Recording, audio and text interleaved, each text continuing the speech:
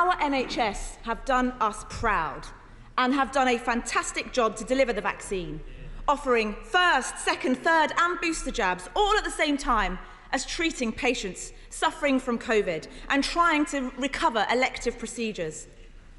I'd like to take this time to thank everyone who works in our NHS and care sector. And we're putting even more demands on them at the moment. Our NHS has stepped up to the challenge, and it is a shame that this government simply hasn't done that. Vaccine rates among those with mental illnesses are low and mortality rates high. The government needs to stop weaponising mental health and instead must recognise that good, clear, honest communication is so important in a crisis, something that they have failed to do so far. And I know, and I've mentioned time and time again, but the government must acknowledge the trauma for people with severe COVID, long COVID and NHS staff. So where is their plan? Labour has been clear throughout this pandemic that proper sick pay will help people to isolate. The government has chosen to ignore us time and time again, so I ask again, what support will be available to people who need to self-isolate? And isn't this the time to finally fix sick pay? I would also appreciate it if the Secretary of State could update the House on the new antivirals and how they will be utilised. And why are the government not already giving antibody tests to the immunocompromised? The situation we find ourselves in now was entirely predictable. Yet again, this government have shown they are incapable of protecting our communities, protecting our NHS and saving lives. So stay.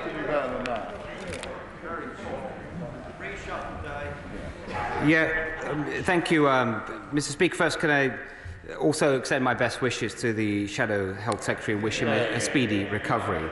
I do have to say, Mr. Speaker, I do think the Honourable Lady has misjudged the tone of the House. This is a very serious matter. And I think the whole country would be looking for all members of this House to work together and to support the nation. And surely she isn't blaming the UK government for the emergence of this new variant. I feel, Mr. Speaker, perhaps she was just auditioning for the reshuffle that's going on in her party right now. But let me, Mr. Speaker, answer the questions around. She asked about international donations. And the UK is leading the world in international donations, quite rightly so. It is absolutely right that that is treated as a priority. We would like to see other countries step up as well. The Prime Minister made a pledge a few months back of 100 million donations by June 2022, 80% of those through COVAX, of which we are a huge supporter, and 20% bilaterally. And so far we have donated over 20 million, more than many other countries. And COVAX, as I said, an organisation we help found and we support, has donated, I believe, some 537 million doses to 144 different countries. The rules, the Honourable Lady asked about the rules on travel and masks and others that I set out. Well, I will say, Mr. Speaker, I think I've addressed that. I do believe that they are proportionate and it's a balanced response. On the vaccine rollout, we've just set out a huge expansion of the vaccine rollout programme. It's a shame that the Honourable Lady could not find it in herself to welcome that vaccine rollout. And as I said, I will set out more details in coming days on exactly how we intend to meet the requirement to vaccinate more. And then on antivirals, we're one of the few countries in the world that have procured the two leading antivirals. We were our regulator, the MHRA, our independent regulator, was the first in the world to approve one of those antivirals.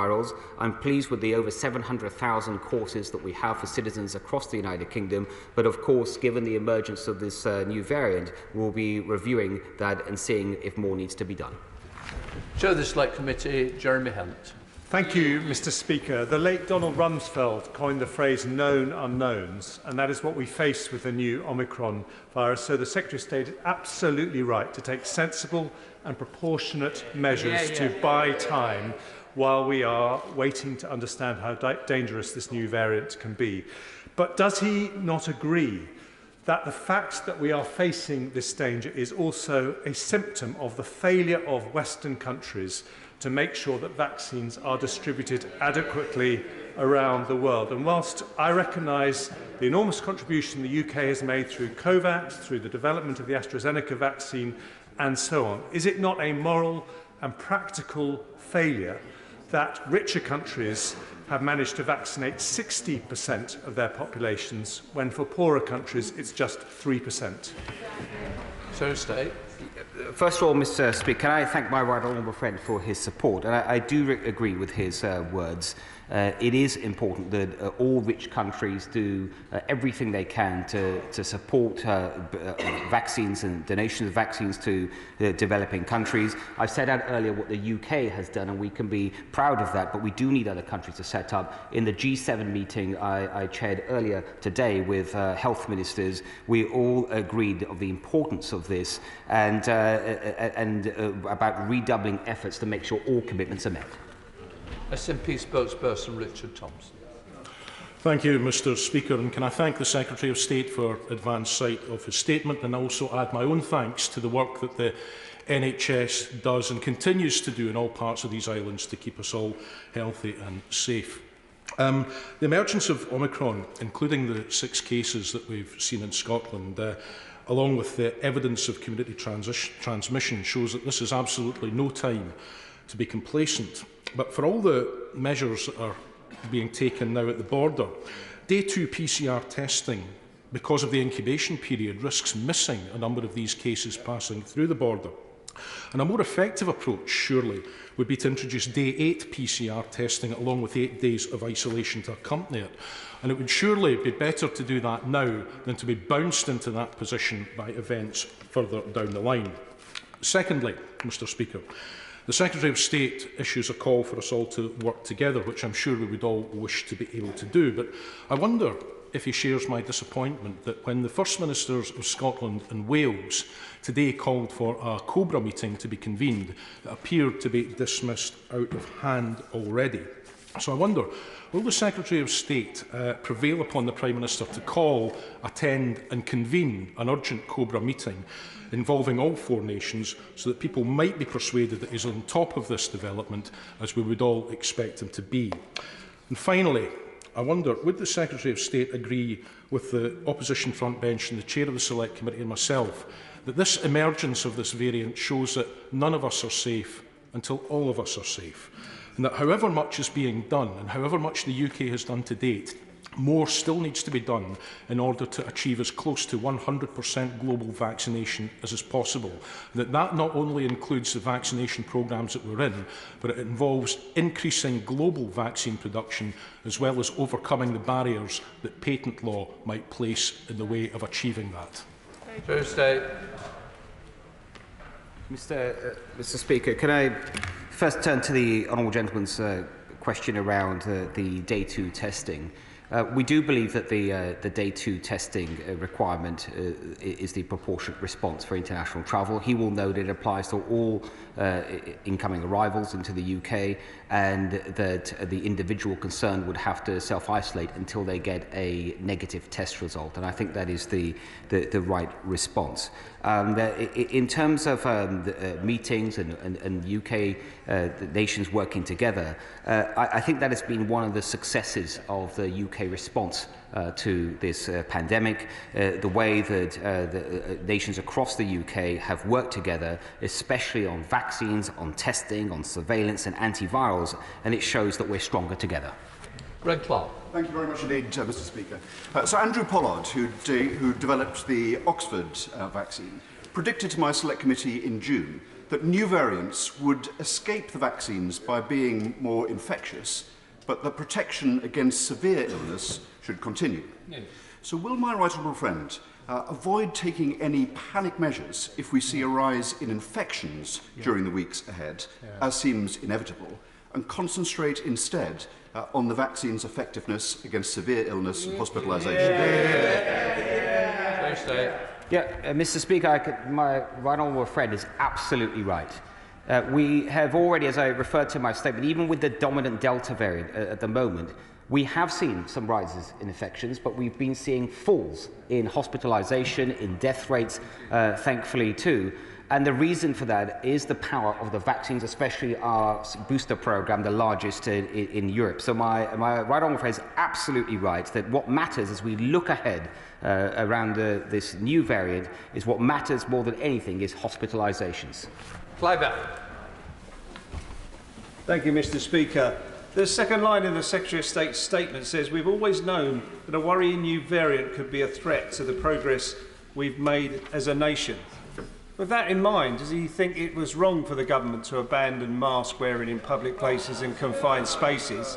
And will he listen to the recommendations of Doreen Lawrence's report and start to issue full face protection masks to care workers and health workers? So state. Mr. Speaker, surely the honourable gentleman isn't suggesting that if we had different rules on masks over the summer, that this new variant would not have emerged. Thank you, Mr. Speaker. I'm sure my right honourable friend will want to pay tribute to the South African government for raising the existence of the Omicron variant, and obviously that has resulted in them having a travel ban imposed. I do have constituents and in fact family members stuck in South Africa. So can my right honourable friend tell us how long he expects cancellations and suspensions of flights to occur? Because obviously for anyone stuck overseas it's a very worrying time. State. First of all, I join my right honourable friend in again expressing thanks to the South African government about how they have handled this difficult situation. And I also understand what my right honourable friend has said about her constituents. Many of us will have constituents in a similar position. And it is hard to say when direct flights might start, but we have started our hotel booking programme, so that is one part of trying to get our citizens back, but we will do everything we can to support them in that way. Well, Rivals. Thank you, Mr. Speaker. Can I ask the Secretary of State, quite rightly, we praised the South African doctor, but she saw her patient face to face. Could I ask the Secretary of State what advice, guidance or instruction he's going to give to the GPs? I know my constituents in Walsall South are keen to see their GPs face to face, but this may be more effective than test and trace. Tuesday. Mr. Speaker, the honourable lady is an important question, and one thing we are doing at this point is updating guidance throughout the NHS, including primary care. Thank you very much, Mr. Speaker. In his statement, the Secretary of State said that the legislation that he's laid before the House, which incidentally isn't yet available on the legislation.gov website for members to study, he said close contacts of anyone who tests positive with a suspected case of Omicron must self-isolate for 10 days regardless of whether they've been vaccinated. Can I just confirm with him, first of all, that is what is in the regulations, and secondly, for the benefit of the House, could he set out what he set out yesterday in the television studios, the mechanism by which the Omicron variant will be identified and communicated to those people contacted by test and trace, so that we all know how this is going to work, as it's more complicated than the system we've had to date? Secretary of State. Yeah, what I can tell my right honourable friend is that what I can confirm is that the new regulation on close contact will be anyone that is a close contact of someone that is a confirmed positive case of suspected Omicron. The UKHSA is working at speed about what are the best ways to determine a suspected case. One of the ways to do that is to do the so-called S-gene dropout test, but there are other quick ways to ascertain that as well. And the work in terms of tracing will be carried out by UK Test and Trace. Daisy Cooper. Thank you, Mr. Speaker. It's often said that how a society treats its most vulnerable is a measure of its humanity. And yet a quarter of the clinically extremely vulnerable are yet to have their third primary dose because of the confusion that persists between the third primary dose and the booster. 1 in 5 of the clinically extremely vulnerable are still shielding without any government guidance or support. For them, the uncertainty of the new variant is quite frankly terrifying. So will the Secretary of State or one of his ministers please agree to meet with me and patient groups to discuss our 5-point plan on how we can protect the clinically extremely vulnerable this winter? So state. The Vaccines Minister is meeting with patient groups this week, but she would also be happy to meet with the Honourable Lady. Matt Hancock. Thank you very much, Mr. Speaker. Can I join others in welcoming the well-judged and rapid action this weekend, and also welcome the acceleration of boosters, including the new provision of a mass vaccination this weekend in Newmarket. And while existing vaccinations, including boosters, are effective against all known major variants before Omicron, can he set out plans for a variant vaccine should it be needed in the worst-case scenario? So state. Can I thank my right honourable friend for his support? When it comes to potentially new vaccines, that is a programme that the UK has been supporting, largely thanks to his efforts when he was in my position. And that work continues. And if it is necessary to procure new vaccines that we believe are safe and effective and will help with this new variant, we will do so. Sarah. Thank you, Mr. Speaker. Gordon Brown said yesterday that the Chief Medical Officer urgently needs to teach the Prime Minister some basic medical facts. I'd say that could probably be extended to some of those on the backbenches opposite as well. Meaning, we're not going to stop the threat of variants. Sorry. Mr Shelbrooke, I thought you might be going on the NATO delegation, and I don't want to that you've missed out on it. Please carry on. Thank you, Mr. Speaker. We're not going to stop the threat of variants derailing our progress until we vaccinate the world. Our country has enough vaccine to give at least 3 doses to everybody. Yet, of the 100 million doses that were pledged by the Prime Minister to the world's poorest, less than 10% have actually been delivered. So, can the Secretary of State tell us if the PM will meet his ambition to help vaccinate the world by the end of 2021, or is this yet another broken promise with catastrophic consequences? Secretary of State. Mr. Speaker, I think I did say earlier, out of the 100 million commitment the UK has made for international donations, over 20 million have already gone, been delivered, and there's another 10 million about to go. You're married. Thank you, Mr. Speaker. The return of PCR testing will be met with some apprehension by the international travel sector, which has just been getting back onto its feet. But they will at least be cheered by the Secretary of State's statement that we won't keep measures in place for a day longer than is necessary. Can I ask the Secretary of State to ensure that the providers of PCR tests are those that will actually give accurate, good value testing back to the public, and we will not see some of the issues that arose over the summer repeat themselves? So state. Mr. Speaker, my honourable friend makes a very important point. I know he rightly takes a close interest in this, and we do want to minimise any impact on our excellent transport and travel sector. And he's right to raise the importance of making sure that PCR tests are available, the pricing is correct, and that the government website where they're listed is properly monitored, so if anyone who breaks the rules is delisted. Barbara Keeler. Thank you, Mr. Speaker. Although the measures taken so far are welcome, now that we have community transmission of Omicron in Brentwood and in Scotland, we need more protective interventions. Mask wearing can obviously play an important part, so can the Secretary of State say whether he agrees with the call from the BMA to extend this to all indoor and closed settings? And will he also consider measures to increase ventilation in enclosed settings, encourage working from home, and give proper sick pay for those who need to isolate? So state. I think, Mr. Speaker, we've been clear about why we have set out the new rules on masks. I think our response is the proportionate one.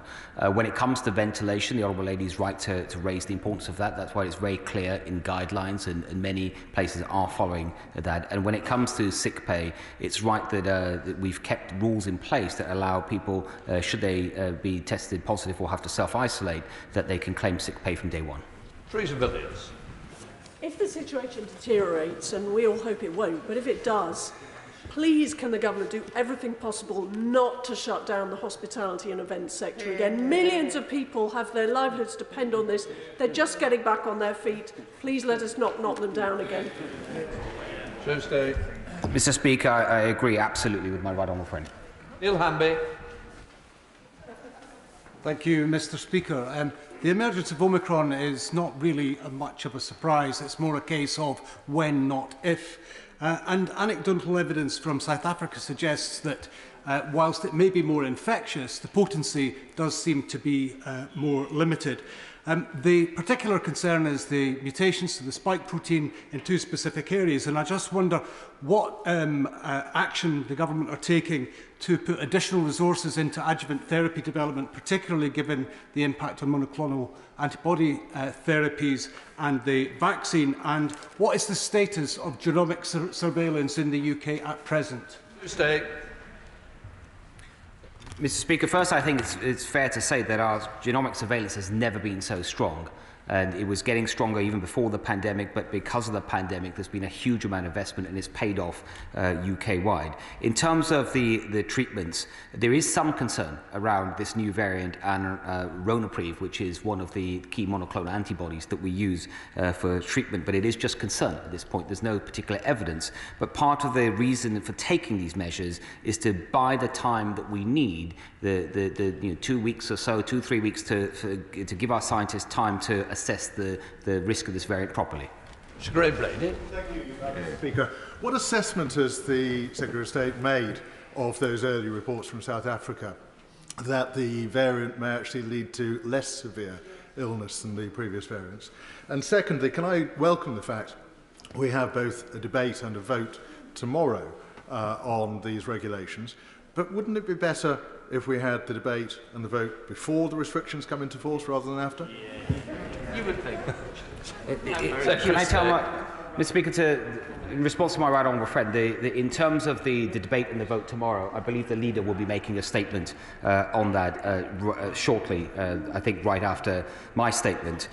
In terms of the severity, there are reports, as my right honourable friend has referred to, that it is early days in terms of those reports, and we are looking into those and talking actually with our South African friends and getting more details. I think it is worth pointing out that the age profile, the demographics in South Africa is generally people on average are younger, and we are taking that into account as well.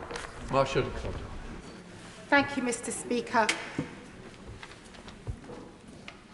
The Secretary of State set out in his statement this afternoon about the booster programme for the vaccines, but he hasn't mentioned what steps he is going to be taking to support those areas where take-up of the vaccine is still very low. So can he now set out what additional resources will be provided to those areas where we know that the take-up of the vaccine is still very low? It's an important point, Mr. Speaker. The Honourable Lady is right to raise it. There are still, we estimate, around 5 million people across the UK that have not even taken up the offer of their first dose of the vaccine, putting themselves and their loved ones at great risk. In terms of action, there's a lot of work that's been done over the last few months. It is bearing result. We are seeing more and more people come forward, especially in the last few weeks, and indeed we saw many come forward this weekend, perhaps out of concern of this new variant. But there's a lot of work being done with community leaders. There's been an existing communications campaign, but there's a new one about to start imminently. So Desmond Sway. Over the last few months, there's been a useful control experiment on face coverings, given the different policies pursued in Scotland and England. What estimate has he made of the result? It's mumbo-jumbo, isn't it? So State. I think if my right honourable friend is suggesting that there are mixed views on the efficacy of face coverings in helping to fight this pandemic, he would be right. But I would point him to work that's already set out by UKHSA. I think it was published, if I remember correctly, last month, where they refer to a number of reports where they set out in certain settings how face coverings could help. Catherine West. Speaker, what urgent action is being taken to vaccinate people who are bedbound? So State. For Mr. Speaker, for such individuals, they're bedbound, homebound, or vulnerable for other reasons and can't make it to vaccination centres, those vaccinations are primarily carried out by GPs. I don't have the numbers of how many have actually been done, but recently, to encourage more people to be done more quickly, we did change the payment system for GPs, and that seems to have helped as well. Aaron Bell. Thank you, Mr. Speaker. The opposition often call for more restrictions, but it was the relaxation of restrictions in the summer that this government took under scientific advice that has put Britain in a good position prior to the arrival of this variant. So while I welcome the statement and the precautionary and proportionate measures he's taken today, will the Secretary of State assure me and the House that this is a temporary measure, and when we get more information, when we've bought more time, we will get new measures to react to that information? Yes, I'm very happy to give that assurance to my honourable friend. He's absolutely right, and this is all about buying a bit of time so our scientists get the time that they need to properly assess this variant and determine what it really is. Should we really be worried about it or not? But he's also right, Mr. Speaker, to point out that we did take measures in the summer where we set out that we were removing almost all domestic rules and controls. They turned out to be absolutely the right measures. There's many of my counterparts in Europe that now they believe that they should have taken a similar route as well, but I do remember they were all opposed by the party opposite. Vicky Fox. Thank you, Mr. Speaker. Immunocompromised people continue to be worried. Many still don't know if the vaccine works on them. The Octave study showed that around 150,000 people potentially have reduced or no antibody response. Octave Duo is not due to report until early next year. Will the Secretary of State ensure this population have access to antibody tests, thus allowing them to know their level of protection? And for those with little or no protection, will he ensure that they have the support they need to stay safe? Yes, of course, Mr. Speaker. We want to make sure that we are helping people that are immunosuppressed in every way that is possible, including access to any tests that might be clinically required. The Honourable Lady may have noted earlier in the JCVI advice that I referred to that there's also a recommendation which we have accepted to say that those that are immunosuppressed that are able to benefit from vaccine to some extent, that they are offered a booster dose on top of the third primary dose, and then also the antivirals are very important for that particular group of vulnerable people, and it's good that the UK has procured them. Bob Seeley. Thank you, Mr. Speaker. Will the Secretary of State, on behalf of Government, reassure me that the Foreign Office and the consular service in the Foreign Office will be doing all that it can, because I'm already receiving calls from islanders stuck in Southern Africa who are worried about their ability to get back. Thank you. Secretary of State. Yes, Mr. Speaker, I can give my honourable friend that assurance. We have been working closely with colleagues in the Foreign Office, and it will remain vital work so we can help people, UK citizens or Irish citizens that might be stuck aboard to come back. Interesting. Hilary Benn. Thank you very much, Mr. Speaker. Given the change to the rules for booster vaccinations announced by the JCVI this afternoon, how long does the Secretary of State think it will be before all the people who've had their first and second jabs come forward and can receive the booster jab from age 18 to age 40, so as much of the population as possible is protected? Secretary of State. Mr. Speaker, first, if I could tell the right honourable gentleman that we've already done 17 million, and that is almost 1/3 of the adult population. It's more than any other country in Europe. But he's right to ask how quickly could we do those that will become newly eligible. If he allows me, I will have to come back to the House and set out details about how we intend to meet this advice. This advice was very quickly received from the JCVI over the weekend. They did stellar work to turn it around so quickly, but I have already asked the NHS about operationalising it, and we're not quite there yet, but we will be very shortly, and I will set that out. Richard Drax. Thank you, Mr. Speaker. None of us underplayed the threat of any new variant, and as my right honourable friend said today, COVID is not going to go away. It's not. It's here for the rest of our lives. The country is learning to live with this disease now. It is the only way forward. Can he please reassure me, the House and the country, that he will never, ever go back to locking this country down. Mr. Speaker, I mean, no one wants to see those kind of measures, but the honourable gentleman, I'm sure, will agree with me that, well, first let me agree with him that COVID is with us to stay, and we need to learn to live with it.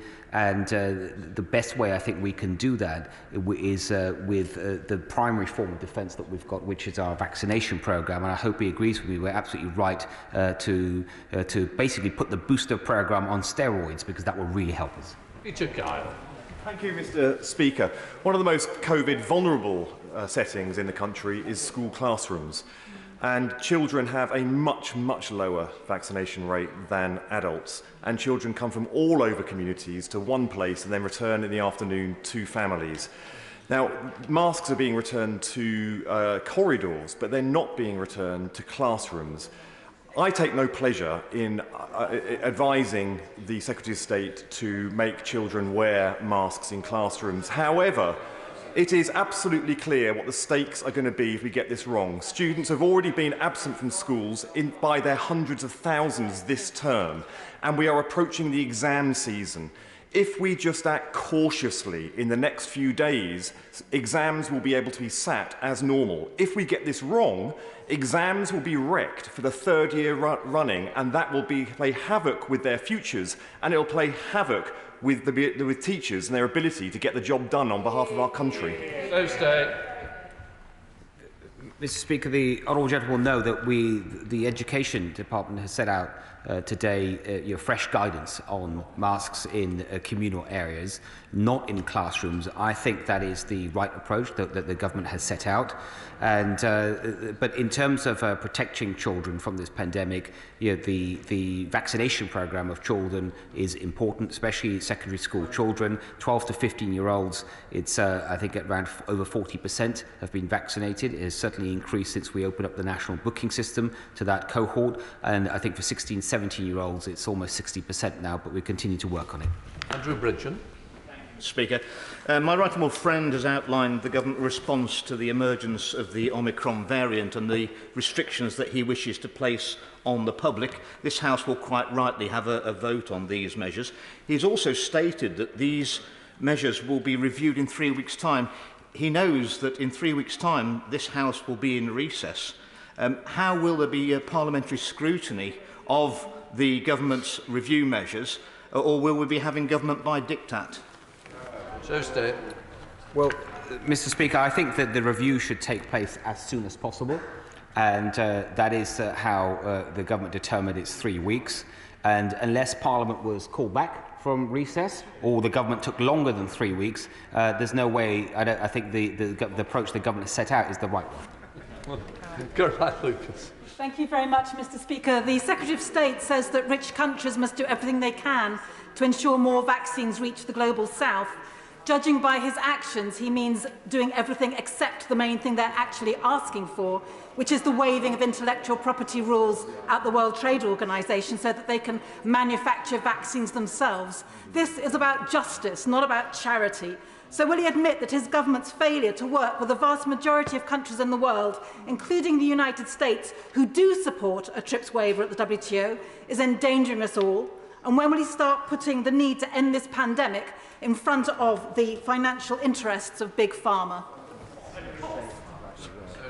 Mr. Speaker, I've heard what the Honourable Lady had to say, but the UK does not believe that waiving patent rights, the intellectual property rights to those that, on these vaccines would be helpful. It would certainly mean that in the future there will be a huge disincentive for vaccine companies, pharmaceutical companies to come forward and help the world with their technology.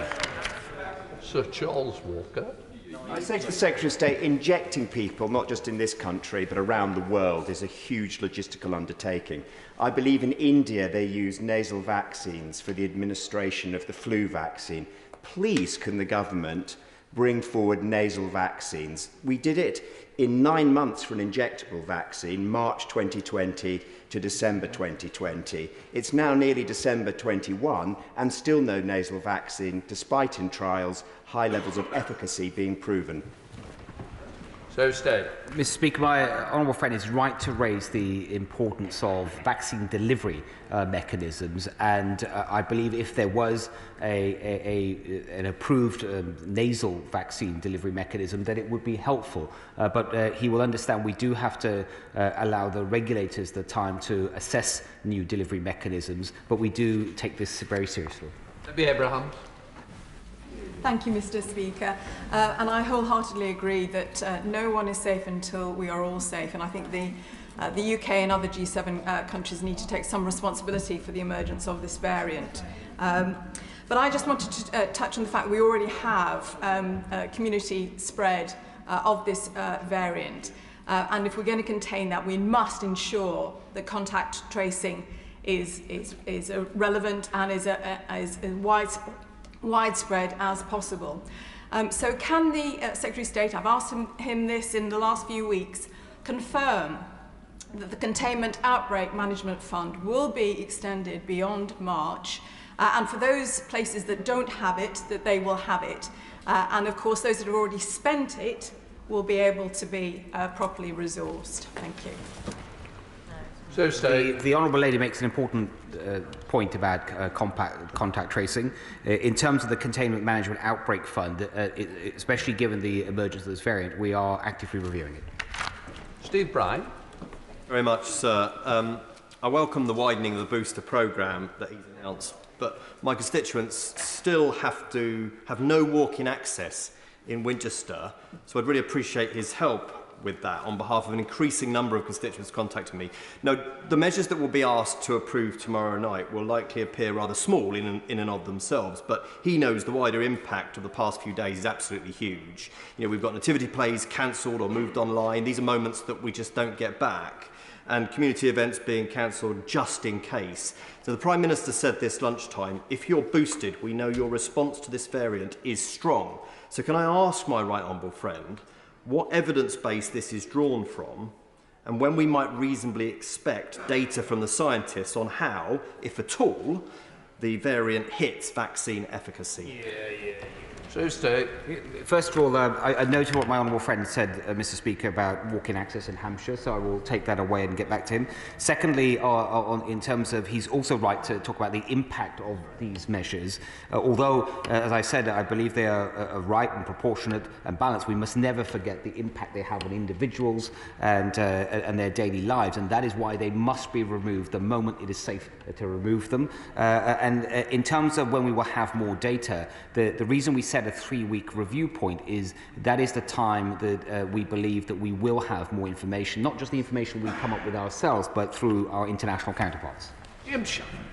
Thank you, Mr. Speaker. First of all, can I thank the Secretary of State and his team for all they do to combat COVID-19 diseases in the UK. It has an effect upon Northern Ireland. The Northern Ireland Health Minister just yesterday said that they will follow in Northern Ireland the guidance that comes from Westminster. With that in mind, having heard a leading Northern Ireland scientist this week say that he believes the current vaccination and booster rollout will have an effect on the new variant, could the Secretary of State assure us that any and all curtailments, such as those faced by the travel industry currently, will be proportionate and scientific, taking into account transmission and the seriousness of the new COVID vaccine variation? Thank you. So stay. Yes, Mr. Speaker, I can give the honourable gentleman that assurance. Dr. Julian Lewis. Thank you, Mr. Speaker. As someone who very thankfully received his booster jab last Thursday at the outstanding St Thomas's Hospital, can I ask him why it is that certain groups and communities seem to fear vaccination? Which are these groups and communities, and what can be done to persuade them that they're wrong? So stay. Mr. Speaker, I can tell my right honourable friend that there are many communities where vaccine take-up is lower than others. It has been particularly the case in the Black African community in Britain and also some other black minority ethnic communities. It has improved significantly over the last 2 to 3 months. And it is something that is also the case in many of the European countries and indeed the US. In terms of what's being done is a huge amount of work through community leaders and through a communications campaign, and also by offering access in many different ways as possible to the vaccine to encourage take-up. Andrew Gwynn. Thank you. Can the Secretary of State talk a bit more about the transmissibility of the Omicron variant and the efficacy of vaccines to it, given Australia has some of the toughest entry requirements of any country in the world, and yet this variant has basically got through a concrete wall? It's an important point, Mr. Speaker, by the honourable gentleman, is that I think it's fair to say we don't know enough yet. I don't think Australia does, we do, or any other country for that matter. But we do know enough to justify the action that's been taken, and from that, there is emerging evidence that it is more transmissible, but I don't think we can describe it as conclusive at this point. And in terms of efficacy, I would just point to the point I made earlier to my honourable friend about taking the time to determine the efficacy. Jason McCartney. Thank you, Mr. Speaker. I welcome the speedy and decisive action taken by the government over the weekend in response to this new variant. I also welcome the delivery of 17.5 million boosters. And will the Secretary of State join me in thanking not only my pharmacy-led vaccination centres, where I had my first and second doses of AZ, but also my GP-led clinics, where I had my Pfizer booster? And is he confident that that infrastructure is in place, and also the robust supply of vaccines as we try and deliver 6 million more booster vaccines over the next 3 weeks? Mr. Speaker, first of all, when it comes to supply, we're very confident about the supply that we have, including accommodating the new advice that I've accepted from JCVI. And I would join him in thanking the many thousands of GPs across the country that have been crucial to our vaccine programme. Mr. Speaker, can I just take a moment to just my honourable friend, the member for Forest Dean, earlier asked me about the regulations and the timing of the laying of the regulations, and I want to clarify that the regulations for these new measures, they have been made by my honourable friend, the Minister for Public Health and Vaccines, and they are in the process of being registered with the National Archives, and then they will be laid before Parliament, and they should be available to review online at around 5 p.m. Chris Bryant. Thank you, Mr. Speaker. It doesn't feel like this pandemic is going to be over anytime soon. I mean, we've only got to Omicron, not to Omega so far. Can I urge the Secretary of State to look at two particular things? The first is the campaign of disinformation, deliberate campaign of disinformation that is going on around the country. Some of these people are dangerous. Their views are certainly dangerous, and I hope that he will work with the Home Secretary to make sure that we check on all of these campaigns around the new Nuremberg laws, that nobody is going to be doing damage to people who are working in the health service. And secondly, can he tackle the problem of profiteering? Because frankly, some of the companies are charging completely disproportionate prices now for PCR tests. There should surely be a fixed price across the whole of the UK. Mr. Speaker, the honourable gentleman is a very good point about the danger of disinformation, how it's actually costing lives, not just here in the UK, but across the world. And he will know, for example, we've talked today a lot about South Africa, rightly, but there's a very low vaccine take-up in South Africa, even when they are available, partly due to this disinformation campaign. And I can assure we're working across government with the Home Office, with DCMS and others to counter this kind of disinformation as best as we can. And on PCR tests, I refer him to the remarks I made a moment ago. Thank you, Mr. Speaker. I congratulate my right honourable friend for taking swift and efficient action in relation to the additional protections that are necessary. But as he reviews the wearing of face masks and the additional restrictions is introduced as more data becomes available, will he also consider real-life scenarios? Because as he's heard calls from members opposite about mask wearing and working from home, is he aware that in Wales, mask wearing and working from home has still been in place since the summer, yet infection rates are still much higher? Yeah, my right honourable friend is right to raise a difference in terms of the approach that Wales has taken in England. I think like him that we have taken the right approach to face masks, but I welcome his support today. Thank you, Mr. Speaker. My right honourable friend rightly highlights the role that South Africa's excellent testing and analysis system has had in identifying Omicron. It would be perverse if South Africa was treated less favourably as a result of the resources they put into such analyses. So will he go back and look at those countries that are neighbouring red list countries that have much lower testing and analysis levels and see whether travel restrictions might be appropriate for some of those countries in order to keep people in this country safe? Mr. Speaker, we will keep that under review, but my honourable friend is also right to raise, again, like many members have across the House, the importance of South Africa and how it has handled this in such a professional and exemplary way. And he might reassure him to know that in the G7 meeting I chaired earlier, we all agree unanimously on that and the importance to continue to work and to support with South Africa. Stephen Kidd. Thank you, Mr. Speaker. We know that if the government just sits back and waits to buy development of new vaccines for new variants, then we'll be left at the back of the queue because industry will always go to the highest bidder, such as the EU or the US. Back in April, Clive Dix, the outgoing head of the Vaccine Task Force, sent the government a specific proposal about a new task force to be set up to fast-track the development of new vaccines for new variants. Yesterday, Mr. Dix revealed that the government's completely failed to respond to his proposal. Can the Secretary of State explain why the government's chosen to ignore Mr. Dix's expert advice? Mr. Speaker, I don't think it would be correct to say the government has ignored the advice that the honourable gentleman has referred to, and also I think it would be incorrect for him to refer to or to say that the government has somehow, when it comes to vaccines, I think he said it's sit back and waits. You know, I just mentioned earlier the huge expansion in the vaccine programme on the back of the advice from the JCVI, and the fact that the UK has the supply already to meet that. The reason that we have that is because we have a fantastic vaccine task force, better than any other country in the world. Tricia Gibbs. Mr. Speaker, most countries in Africa missed the World Health Organization target for a mere 10% of their populations to be vaccinated by the end of last month as they struggle to secure supplies of vaccine. As the Secretary of State heard today, no one is safe until everyone is safe. What more will his government do with international partners to ramp up the sharing of vaccines with the developing countries to lessen the risk of further variant emergence? And what support can be given to developing countries to tackle the mistrust among some sectors of these populations towards the vaccine?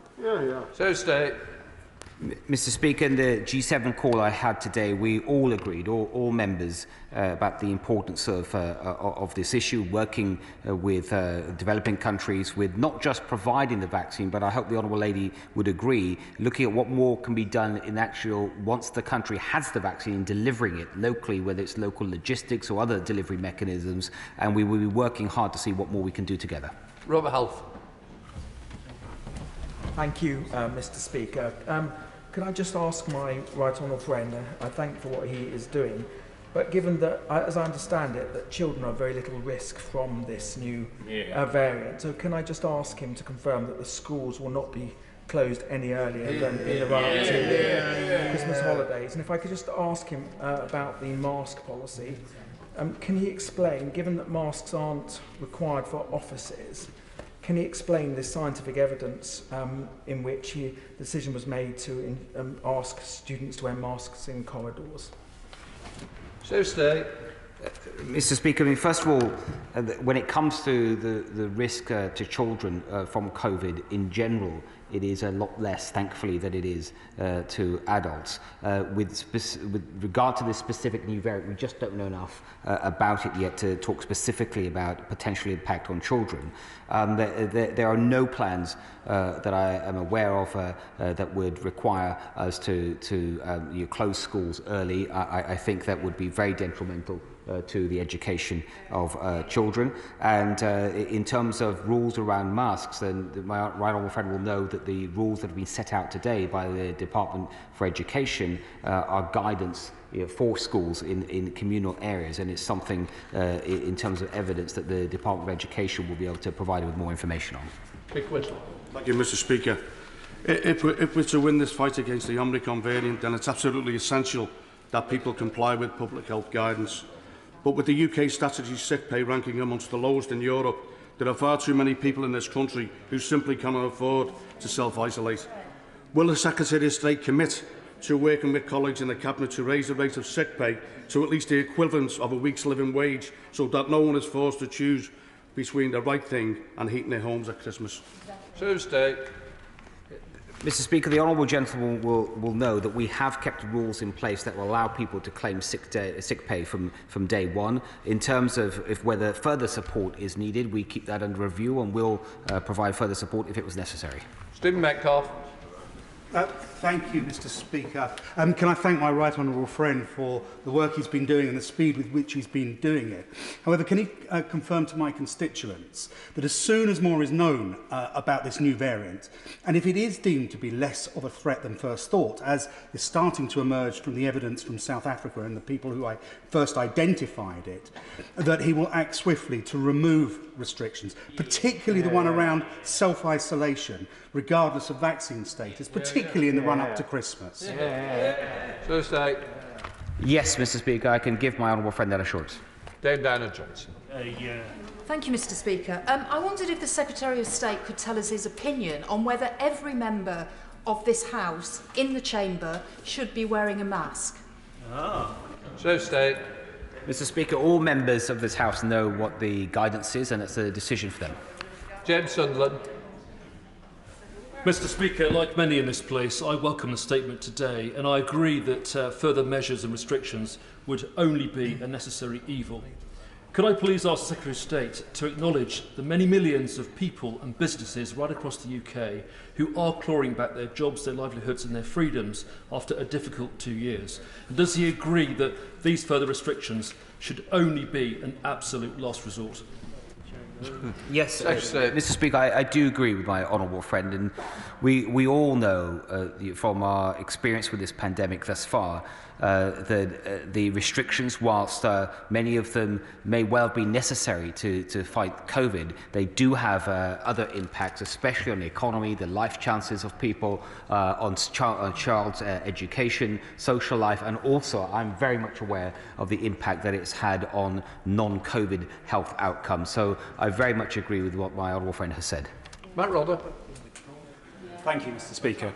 I would like to welcome the government's plans to extend the vaccination programme. However, with our NHS under severe pressure after 2 very difficult years, what extra resources is the Secretary of State willing to put forward to support our frontline NHS, particularly our GPs, the ambulance services and A&E? Mr. Speaker, we have provided just this year alone an additional £34 billion of support to the NHS and the social care system. And each of the areas the honourable gentleman just mentioned, whether it's the GPs through the Winter Access Fund, the support to ambulance trusts, I think over £55 million for the winter pressures, all that extra funding is in place and it's making a real difference. Jane Hunt. Thank you very much, Mr. Speaker. She's fighting with her mask. Having received my booster vaccination yesterday, I would like to thank Leicestershire and Rutland Vaccination Service, and particularly Rachel and Abby, for their excellent work. Would my right honourable friend agree with me that it is vital that constituents take up their vaccinations, including the booster, to help us all through the winter period? Yes, I do, Mr. Speaker. The vaccines remain our primary line of defence. I congratulate her on getting her booster shot yesterday, but I absolutely agree with her wholeheartedly that everyone that is eligible should come forward, protect themselves and protect their loved ones. Rachel Maskell. Thank you, Mr. Speaker. Without in-country manufacturing of the vaccine in the global south, we will never get the protection we need against this pandemic. And supplies, no matter how many donations the government make, will never meet the demand. And therefore, will he again look at the issue about in-country manufacturing, whether that's release of the patent or through other mechanisms, so that we can see a proper scale-up in the global south of the delivery of this vaccine? I think, Mr. Speaker, the Honourable Lady is right to talk about the importance of in-country manufacturing in the developing world.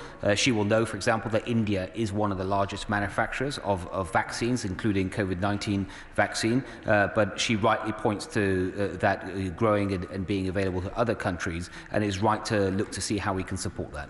Thank you, Mr. Speaker. I welcome the acceleration of the booster programme, but can I ask the Secretary of State to do all he can to accelerate the approval by the JCVI of the vaccine for under 12s, particularly the clinically extremely vulnerable? I have a constituent who is 7. He's desperate to go to school without fear. All his parents want is to be able to give him the jab. So state. My honourable friend is right to raise that. I hope she'll agree with me. The JCVI has acted very quickly since the emergence of this new variant, and if there are other things that can be taken forward to help vaccinate the population, we will certainly be looking at that with great interest. Steve McKay. Thank you. I think the Secretary of State briefly mentioned hotel bookings in an answer to a much earlier question, but he'll be aware that over the weekend there were reports of a shortage of quarantine hotel spaces. How's he going to ensure that this doesn't undermine his reasonable attempts at a rapid response to the new variant? And where does someone currently find reliable information about the capacity and availability of such accommodation? So state.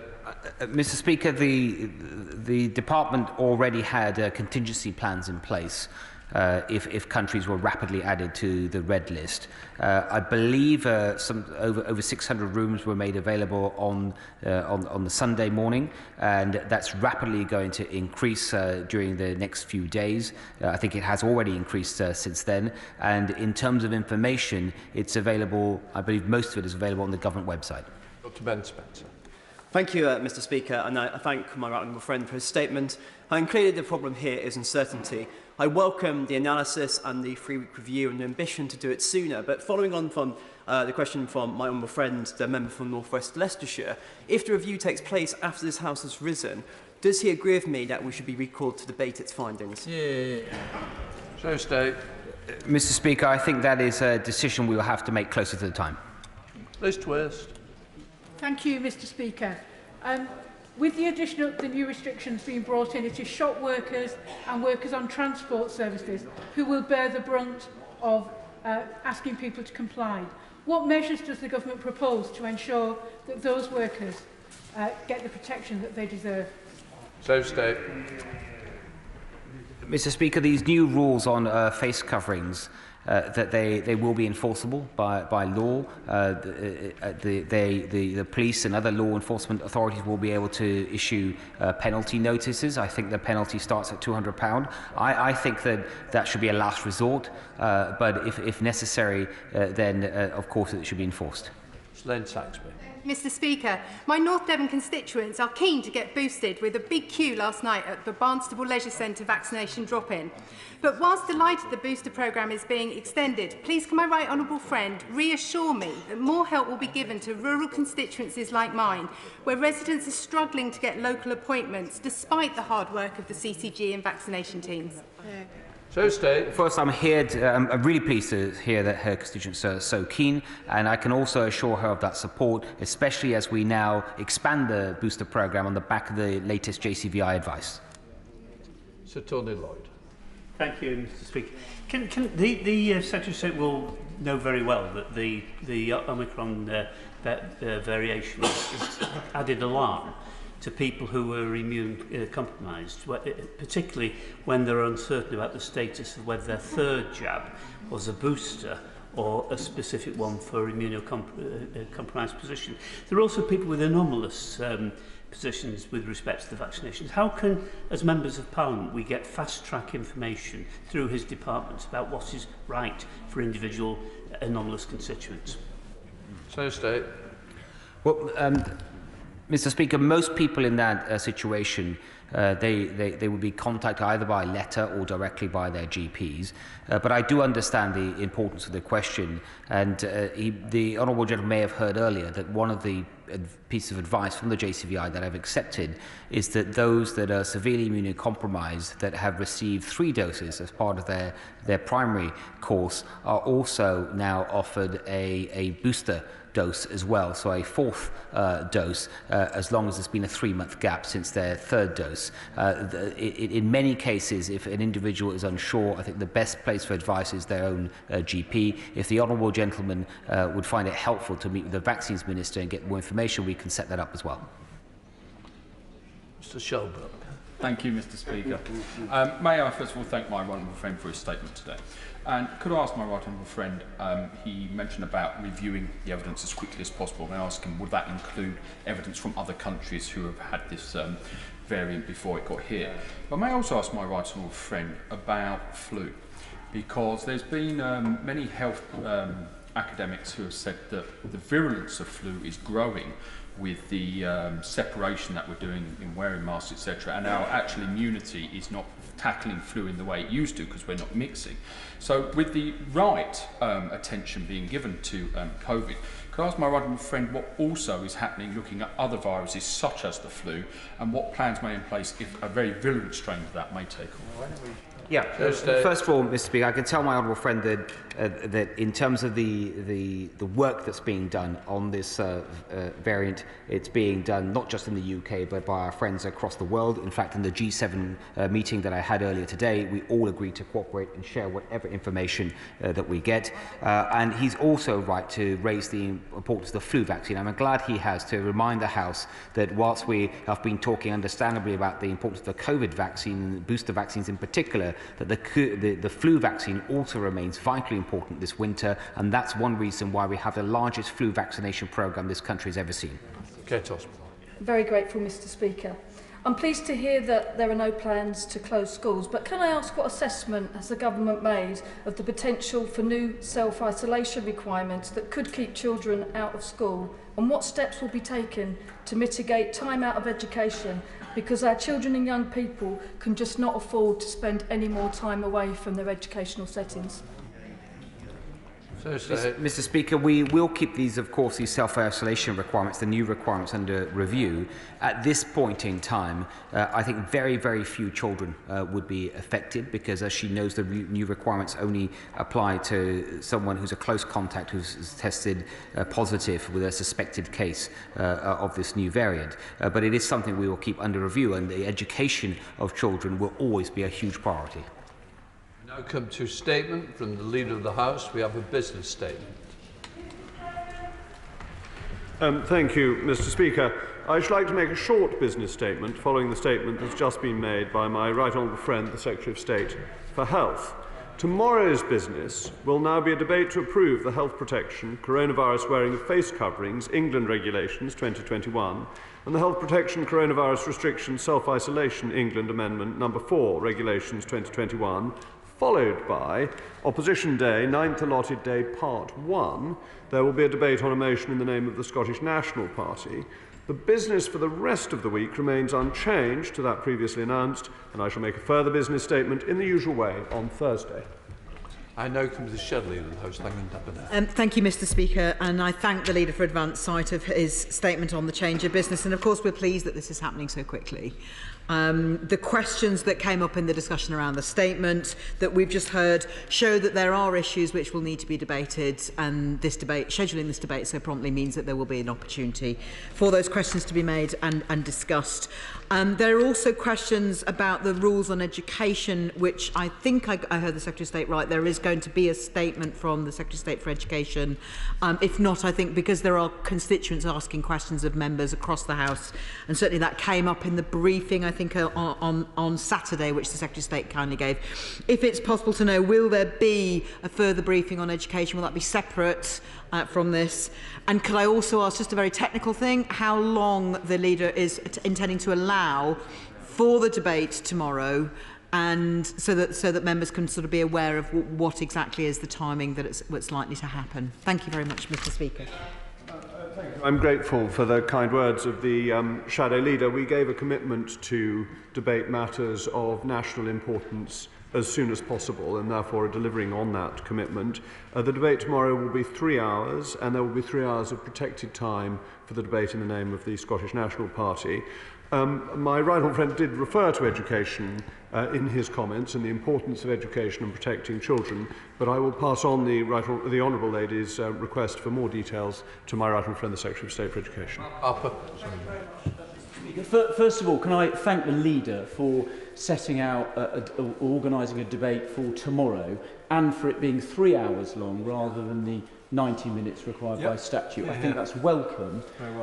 Can I just press him a little, though, on what the Secretary of State said in his statement? He said, and this was a point raised by my honourable friend for North West Leicestershire and my honourable friend for Runnymede and Weybridge. Secretary of State said that the government would be reviewing all the measures that were set out today after 3 weeks. That takes us to Monday the 20th of December, which is in the recess. Now, I hope that the Secretary of State will be able to allow these measures to lapse. But if he is going to feel that he needs to renew them, or worse, have to bring in stronger measures, can I have a commitment from the leader that the House will be recalled to debate and vote on measures ahead of them coming into advance? He will know, over the last couple of weeks, particularly due to the way the government handled the standards measures, there has been a diminution in the trust between backbenchers and ministers, and I think giving a clear commitment to treat Parliament seriously would help heal that rift. What's that? Mr. Speaker, Madam Deputy Speaker, my right honourable friend is, I think, being a little unfair on the government, because he will recall, as he was part of these discussions, as was I and as was the former Secretary of State for Health, in assuring the House that it would get to debate and vote upon important national measures. And bringing forward the debate tomorrow, I think, is a statement of how importantly I personally and others in government take that commitment, that it is only right that this House should approve matters of that kind. There was, of course, a caveat in that agreement, which is that we needed sometimes to act during recesses. Now, actually, mostly that has not, in fact, happened. We've been able to do it when the House has been sitting. But I can't give guarantees as to what will happen in 3 weeks, nor can I give guarantees as to what the desire of the House will be, because it was only Oliver Cromwell who made us sit on Christmas Day. Owen Thompson. Thank you, Madam Deputy Speaker. And I also thank the Leader for advance sight of his statement, but I'm clearly disappointed that we're losing half of our opposition day, but appreciate the need for bringing forward these pieces of legislation. My question would be why that couldn't have come after we'd had our full opposition day, or given that the government is in charge of the timetabling of business, why they couldn't have found another way that we didn't lose half of our business. So I welcome that we've been given an assurance on protected time, but when will we get the second half of that debate? Will that be Wednesday of this week, perhaps, Madam Deputy Speaker? Madam Deputy Speaker, I take my responsibility to ensure that oppositions get their opposition days very seriously, and I can give the undertaking that we will try to reschedule the SNP's second half at the earliest opportunity. John Redwood. Madam Deputy Speaker, I appreciate prompt debate on the mask wearing and the 3 hours of debate. Will the motion be very specific just to mask wearing, or will we also be able to raise issues like airflow and ultraviolet filtering of air, infection control and treatments, which are also very important in combating the virus? Madam Deputy Speaker, my right honourable friend is, I think, promoting me to your role to decide what will be orderly to debate tomorrow. But the 3 hours will cover, as I said, wearing of face coverings and the health protection coronavirus restriction self-isolation. I think though I look with trepidation at the chair, in case I'm overruled, that will allow for quite a wide debate, and I would be surprised if it were interpreted too narrowly. Indeed. Chris Bryant. Thank you, Madam Deputy Speaker. The thing is that during COVID, we've started developing really bad habits. Yeah. As I understand it, the measure has not yet been laid. It's not available for any of us to see. It won't be available until later on today. It will start to apply tomorrow morning at 4, and we will then be legislating for it retrospectively tomorrow afternoon.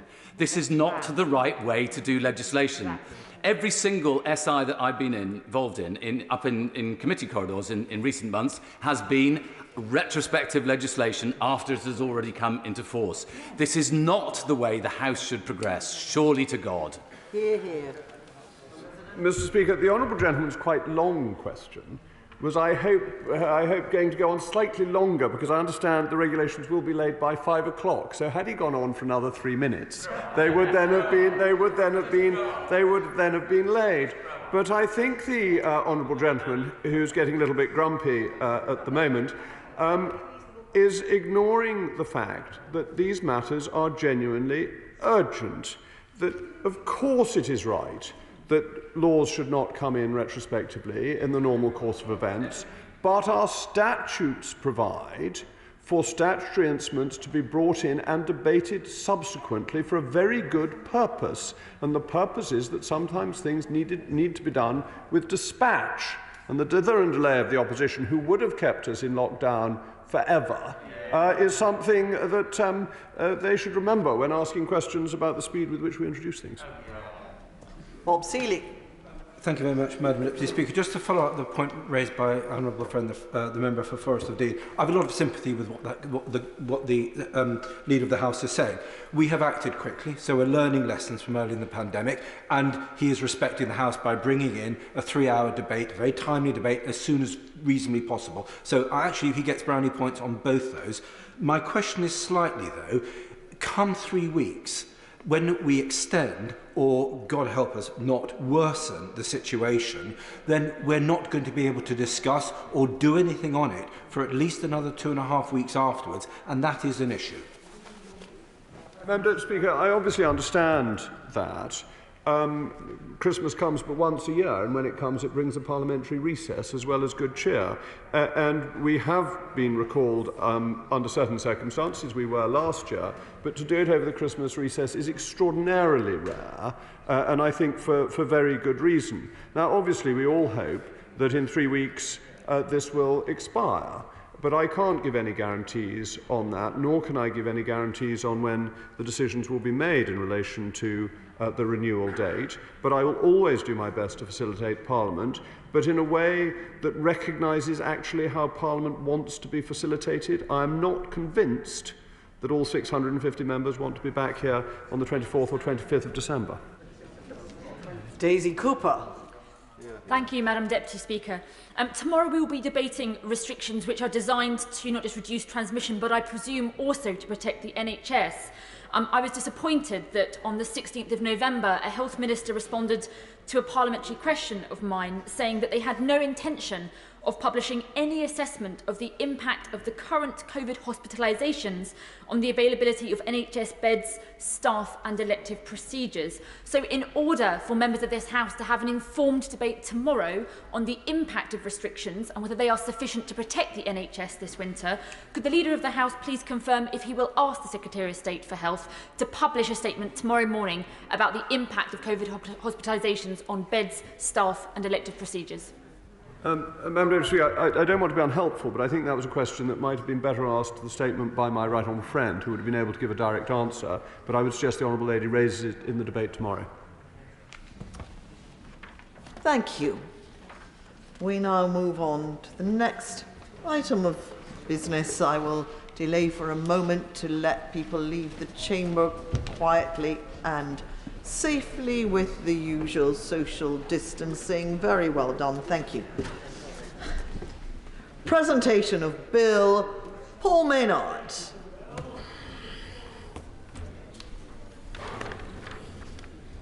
House of Lords Elected Senate Bill. Second reading what day? Friday, 14th of January. Friday, the 14th of January. I have the feeling that the Right Honourable Gentleman for New Forest East might be there on that day. The clerk will now proceed to read the orders of the day. Leasehold Reform Ground Rent Bill, Lords, second reading. Now. I call the Minister, Eddie Hughes, to move second. Thank you very much, Madam Deputy Speaker. I beg to move that the Leasehold Reform Ground Rent Bill be now read a second time. As honourable members may know, I've long championed a root and branch comprehensive reform of our leasehold system. It's been a long journey to get here, from my private member's bill to try and overhaul the regulations on ground rents. So it is particularly gratifying to be stood here today as the Minister responsible for this hugely important piece of legislation. Now, Madam Deputy Speaker, the bill will make home ownership fairer and more transparent for future generations of leaseholders. We'll do this by reducing the ground rent on new residential long leases where a premium is paid to a peppercorn. I'm sure that this change, which is going to benefit thousands of future leaseholders, will be welcomed right across the House. Will you allow me? Of course I will give way. I lobbied for an exemption for the retirement living industry, which was granted and then withdrawn in January this year. Why was that? Well, I thank the Right Honourable Member for his intervention, and I appreciate his strong lobbying on this matter, but I think the government decided that it was appropriate to treat all leaseholders the same, and therefore we made that change, although we did allow an extension in the introduction of that April 2023. Of course. The bit I don't understand is why we have leasehold at all, frankly. I mean, it's just a preposterous nonsense, isn't it? A feudal relic. Wouldn't it just make far more sense to have some kind of common hold situation for flats, which is what they have in nearly every other country of the world, and I think I'm right in saying also in Scotland. Wouldn't that make far more sense than just get rid of leasehold completely? Well, I thank the Honourable Gentleman for his intervention, and I wonder why, in the brief periods where Labour have been in control, they haven't done so themselves. But I guess English law is pretty complex, and so it wouldn't be so straightforward to simply withdraw it on the basis the Honourable Gentleman suggests. But perhaps when Labour are in power again at some point in the distant future, they'll be able to return to this matter. Being very generous. He may not wish to be as radical as what the member for Rhondda is suggesting, but would he share with me my concern at some of the more greedy developers who are insisting on this year-by-year annual increase? For example, in the New River Village in Hornsey, where the rents are just going up and up, and I have to name the Barclay Group because they really should know better. They've done very well, including through coronavirus and all the leg-ups that they've had from the government through various coronavirus packages. They really shouldn't be demanding multiples and multiples and multiples every year from my poor old leaseholders. Madam Deputy Speaker, I agree largely with what the Honourable Lady said, not least because the 10-minute rule bill that I referred to, that I brought previously as a backbencher, completely endorsed the points that she was making. It is unfortunate that some people have included such egregious terms in their ground rents.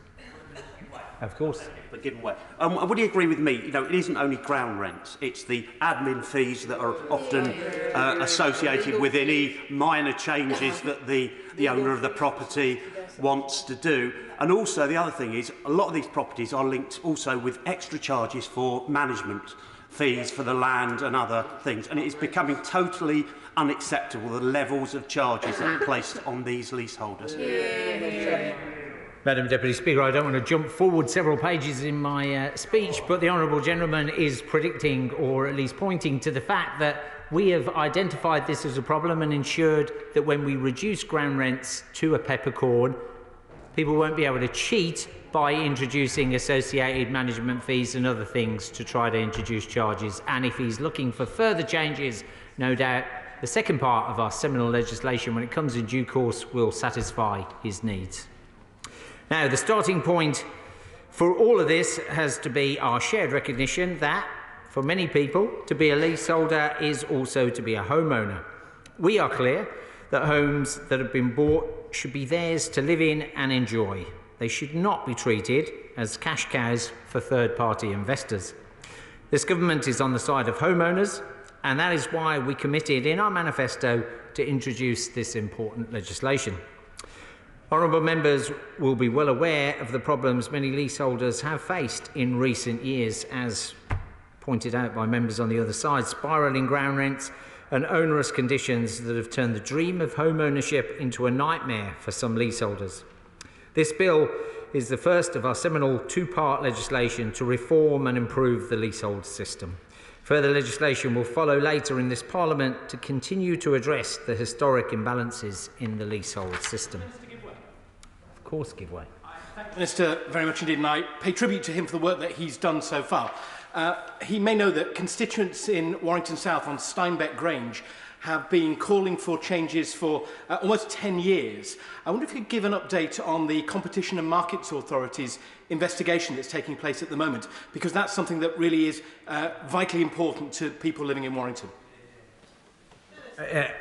Thank you, Madam Deputy Speaker. I thank the honourable gentleman. The work of the CMA, I think, has been pivotal so far in already changing the behaviour of a number of significant developers. I've spoken to the CMA recently. Further work is ongoing, and I'm hoping they will have further successes in the future. He's completely right to raise this point. So, Madam Deputy Speaker, both this bill and the wider leasehold reform programme have been informed by consultation.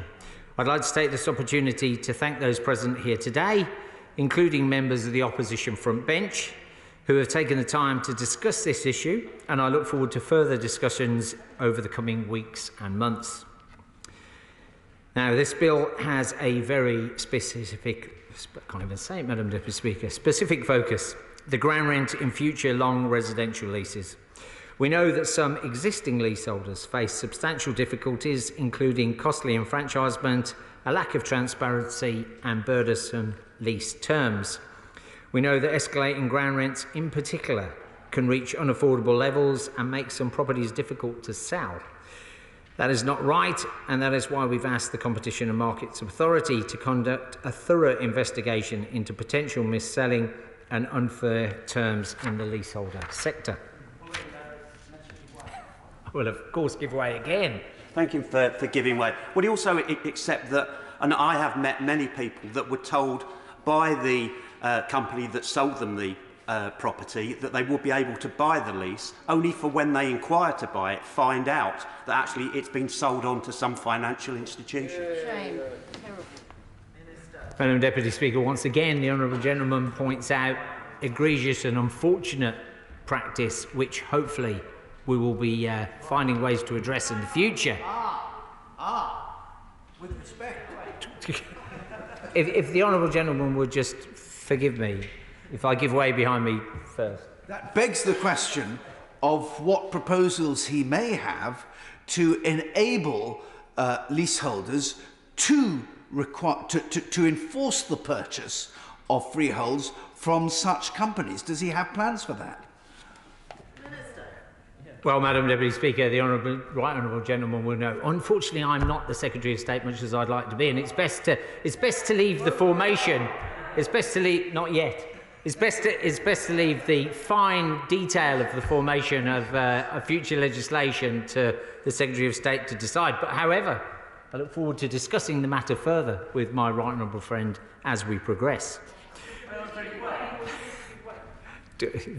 Sorry, can I give way at the back first, because I said I would? I was grateful to the Minister for giving way, and he's been very generous with his time, but I listened to my right honourable friend from L&D side and others. Now, the Minister is waiting for this Competition and Markets Authority report, but is he prepared to say, even before that report has concluded, that on the basis of all the evidence we're hearing from right across the House, that what we're seeing here is nothing more than a financial scam from a bunch of greedy speculators? Yeah!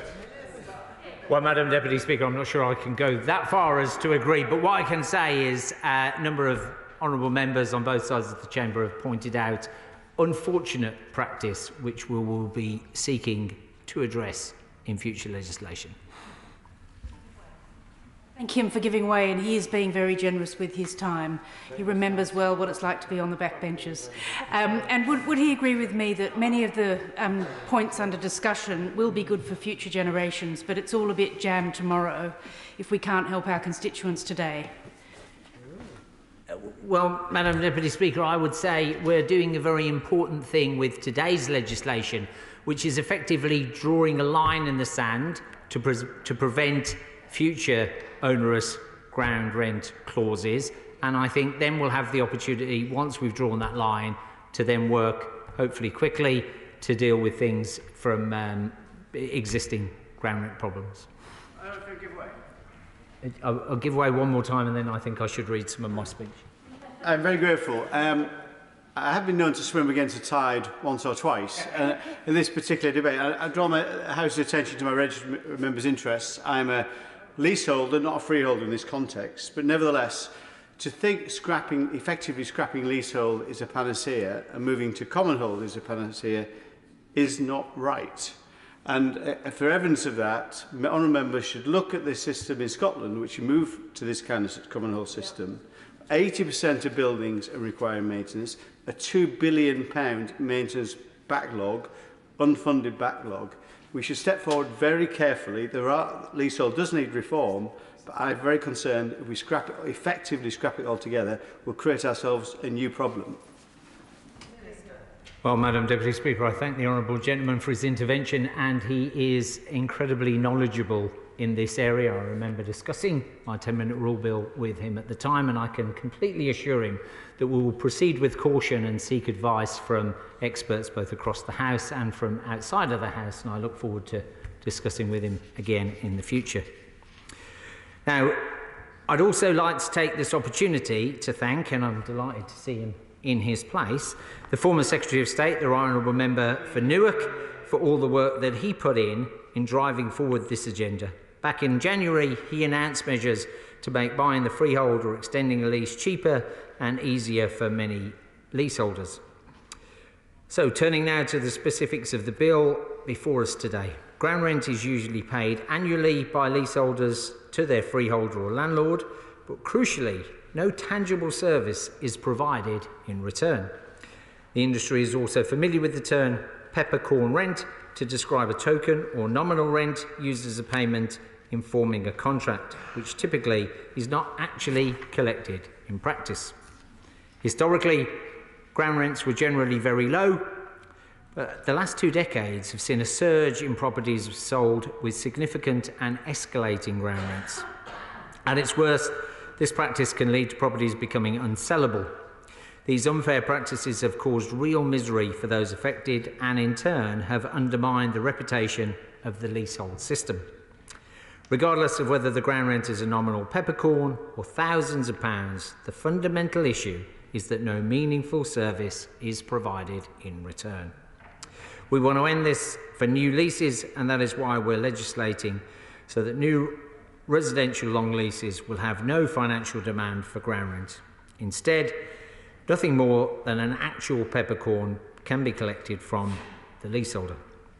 Now, Madam Deputy Speaker, I will of course give way. Thank you. I thank the Minister for giving way. Will he acknowledge that the situation is slightly different in relation to retirement housing, where ground rents have been, it's been the practice to use them to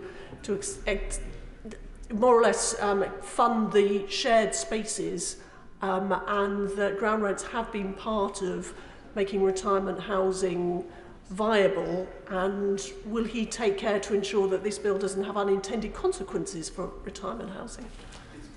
Well, I thank the Right Honourable Lady for her intervention, and I say the reason that we've extended the introduction of this legislation with regard to those properties is to allow time for people to adjust their business models accordingly to ensure that they can cope with the change in legislation. Now, regardless of whether the ground rent is a nominal peppercorn... Oh, my apologies, Madam Deputy Speaker. To avert the risk of possible future shortages of peppercorns and to ensure that our meals continue to be well seasoned, I should clarify that we do not expect any landlord to actually require the payment of a physical peppercorn each year. So in reality, the new genuine peppercorn rent for future leaseholders means that they will not pay the rent. I will now turn to the specifics of the legislation. The provisions of this bill apply to residential long leases in England and Wales over 21 years, for which a premium is paid.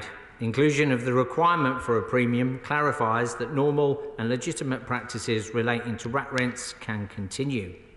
For leases regulated under the bill, the rent demanded will not be any more than literally 1 peppercorn per year. Now, turning to the definition of rent. Following much careful deliberation, we have arrived at a broad and flexible definition of rent, using the real-world meaning and therefore including anything in the conventional nature of rent. The government is clear that landlords should retain the ability to collect legitimate charges. The definition will make sure landlords can still collect legitimate charges where the market reserves them as rent, such as charges for services like building maintenance. The broad definition will deter freeholders or landlords from trying to circumvent the new system by disguising ground rent as a different charge. It will also enable appropriate tribunals to make sound judgments on whether a leaseholder has in fact been charged a prohibited rent. Now, Madam Deputy Speaker, we plan to leave no loopholes for unscrupulous individuals. So we're also banning the charging of an admin fee for collecting peppercorn rent. Where a prohibited rent or administrative charge is paid, leaseholders will have the right to apply to the first-tier tribunal in England or the Leasehold Valuation Tribunal in Wales. Provided that the tribunal deems the payment inappropriate, the relevant authority can then order the amount to be repaid, and in the case of prohibited rent, this must be within 28 days, potentially also with interest. There are a limited number of exceptions from the provision of the bill. The first of these are leases used purely for a business purpose. The intention behind the bill has never been to reduce business leases to a peppercorn rent. So, through careful consideration, we've accepted business leases that include the use of a dwelling in any way that protects the interest of both residential leaseholders and commercial landlords. For mixed-use properties, such as a flat above a shop, the exception will only apply if the residential use significantly contributes to the business purpose of the lease. Community-led housing may have few other feasible funding schemes to continue to grow developments that benefit the community rather than to secure profits. To maintain this growth, we have exempted community-led housing schemes. Home finance plan leases are also accepted. These include regulated home reversion plans such as equity release and rent-to-buy agreements where the consumer purchases the freehold at the end of the term. We will also allow shared ownership landlords to continue to collect a market rent on their share of the property. This practice is integral to the shared ownership model. Of course, give way. It's setting out a list of exemptions. Is on that list one that included complex developments? Can I set out, it might be a tube station, for example, with a cinema attached or a shopping centre attached with a block of flats above it, all part of the same effectively development. Who is going to manage the complexity of that development? Would he set out how that's going to happen? I've got to say, if I was one of the residents, a long leaseholder in that block of flats, I wouldn't be very keen to manage all the M&E stuff within that development. Madam Deputy Speaker, I'm not sure I completely understand the point the Honourable Gentleman is making, because actually this won't change the management of the operation of that building. It will just prevent ground rent being charged, and if the leaseholder feels that they are being charged inappropriately, then they'll have the right to appeal for that to be determined by the Ways and Means Authority. Sorry, I should clarify. He's quite right. You could get a management company to look after the whole entity. But there are things that affect all areas, common areas, for example, insurance over the whole building, many other issues like that that require somebody to have an overarching view of the entire development. I'm not sure how that's provided for. In fact, the Select Committee looked into this in 2019 when I was a member and said there should be exemption for complex developments on that basis, but that doesn't appear in the legislation, despite the fact that was referred to in the Lord's debates. Well, as I said, Madam Deputy Speaker, our intention is to ensure that this applies in as many circumstances as possible in terms of fairness. However, Madam Deputy Speaker, I'll be very happy to pick up with the honourable gentleman for further discussion subsequent to this debate today, which I hope he is contributing to. Anyway, back to the speech, Madam Deputy Speaker. Statutory lease extensions are the subject of existing legislation and so are not covered by this bill. The peppercorn limit will apply to the extended portion of any lease extended through the voluntary process. I should finally note, Madam Deputy Speaker, that there is no longer an exception for the retirement sector. As I said earlier to the Right Honourable Lady, we believe that all new leaseholders should benefit from these reforms. The measures for the retirement properties will not apply earlier than the 1st of April 2023. Some honourable members, some in the Chamber, have raised this as a concern in correspondence, and it has been debated at some length in the other place. We feel that the transition period strikes the right balance between the sector and consumers. Madam Deputy Speaker, we recognise that these provisions require a robust and effective enforcement regime. Freeholders and landlords who abuse the system and deliberately seek to charge a non-peppercorn ground rent on leases in contravention of this bill will be subject to steep fines up to £30,000. After listening and considering carefully the view expressed in the other place, we came to the conclusion that the level of fines should be higher. The new maximum fine of £30,000 brings this bill in line with other housing penalties, including the Tenant Fees Act. The bill will ensure that fines can be even steeper for the more egregious abuses of the system. For example, if a freeholder breaks the law with unfair rents at multiple locations, like in a block of flats, they will pay a penalty per lease. And it doesn't stop there. Penalties can be supplemented by the repayment of all prohibited rent collected. Enforcement will be the responsibility of the Local Trading Standards Authority, who already do an excellent job enforcing similar housing regulations. District councils in England will also have the power to take enforcement action if they choose. We recognise that enforcement will require additional resourcing, and that is why authorities will be able to retain the proceeds of any penalties that they impose to use towards meeting the costs incurred in enforcement of residential leasehold property. Taken together, I believe that the enforcement regime will act as an effective deterrent whilst giving authorities the flexibility they need to make sure that any enforcement action taken is proportionate. Madam Deputy Speaker, our vision for a reformed and improved leasehold system is one that is anchored in fairness and transparency. For too long, too many leaseholders have been let down by institutional inertia and a ground rent system that has not worked in their interests. It is a system that has been dogged by opaque rules and has left many people in the dark.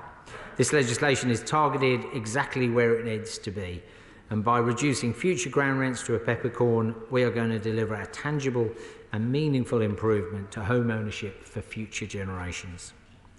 So, we've engaged extensively to get to this point, and this process is by no means over. We are clear-eyed on the challenges ahead and know there is more to do. But today is a significant step towards fixing our broken leasehold system for good, and I commend this to the House. The question is that the bill be now read the second time. Lucy Powell. Thank you very much, Madam Deputy Speaker. The Leasehold ground rent bill sets ground rents on new leasehold homes to peppercorn levels. And this small, very, very small step towards reform is one that we welcome, and we won't be opposing this bill this evening. Generating incomes through high ground rents is an outrageous practice, as has been discussed. However, serious leasehold reform is now long overdue. It's largely been the main way that properties in shared blocks or converted flats are owned in this country, stemming from arcane feudal laws which date back to the landed gentry and aristocracy, and it needs reform urgently. But in its more recent manifestation, in what can only be described as a scam on an industrial scale, as has already been pointed to this evening, against innocent leaseholders, increasingly in new houses, not just flats, it's totally wrong and it needs ending. I absolutely will give way on this. Giving way. And, you know, I have been struck when you look at two houses, absolutely the same, one next door to one another. One is leasehold and the other is freehold. And we see it all the time. And now when you see a house advertised, quite often it'll say, this is not leasehold. You know, pointing out that fact. And these properties are being devalued by the day. Well, my good friend makes an extremely well-made point, and the practice of new homes being built as leasehold, sold as leasehold, and people often didn't even know that was the case originally, has got out of all kilter lately, especially in North Wales and in the northwest of England, where it's been a particularly egregious practice. So while I welcome this bill, albeit a bit too little too late, it does nothing to trap those in these injustice of leasehold. It does nothing to protect them. Nor does it do anything for those facing overbearing ground rent increases today or yesterday, nor does it put an end to some of the most egregious practices like selling new houses as leasehold. The ground rent scandal typifies everything that's gone wrong with our housing market in this country. Housing has become a commodity to be traded, packed up as financial products, thrown into an unregulated market. Large-scale developers and investors have been given a free rein to create ever more complex financial products to squeeze money out of homeowners.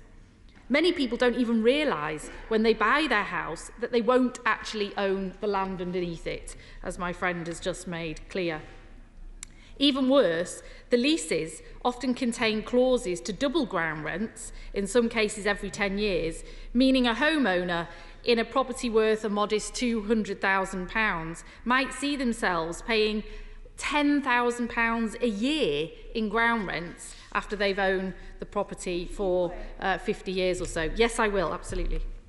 Share my concern that this has got so out of hand that the amounts being charged are even in excess of RPI, which you would expect to be at least a basic marker, and that people are feeling really trapped now that they can't sell on.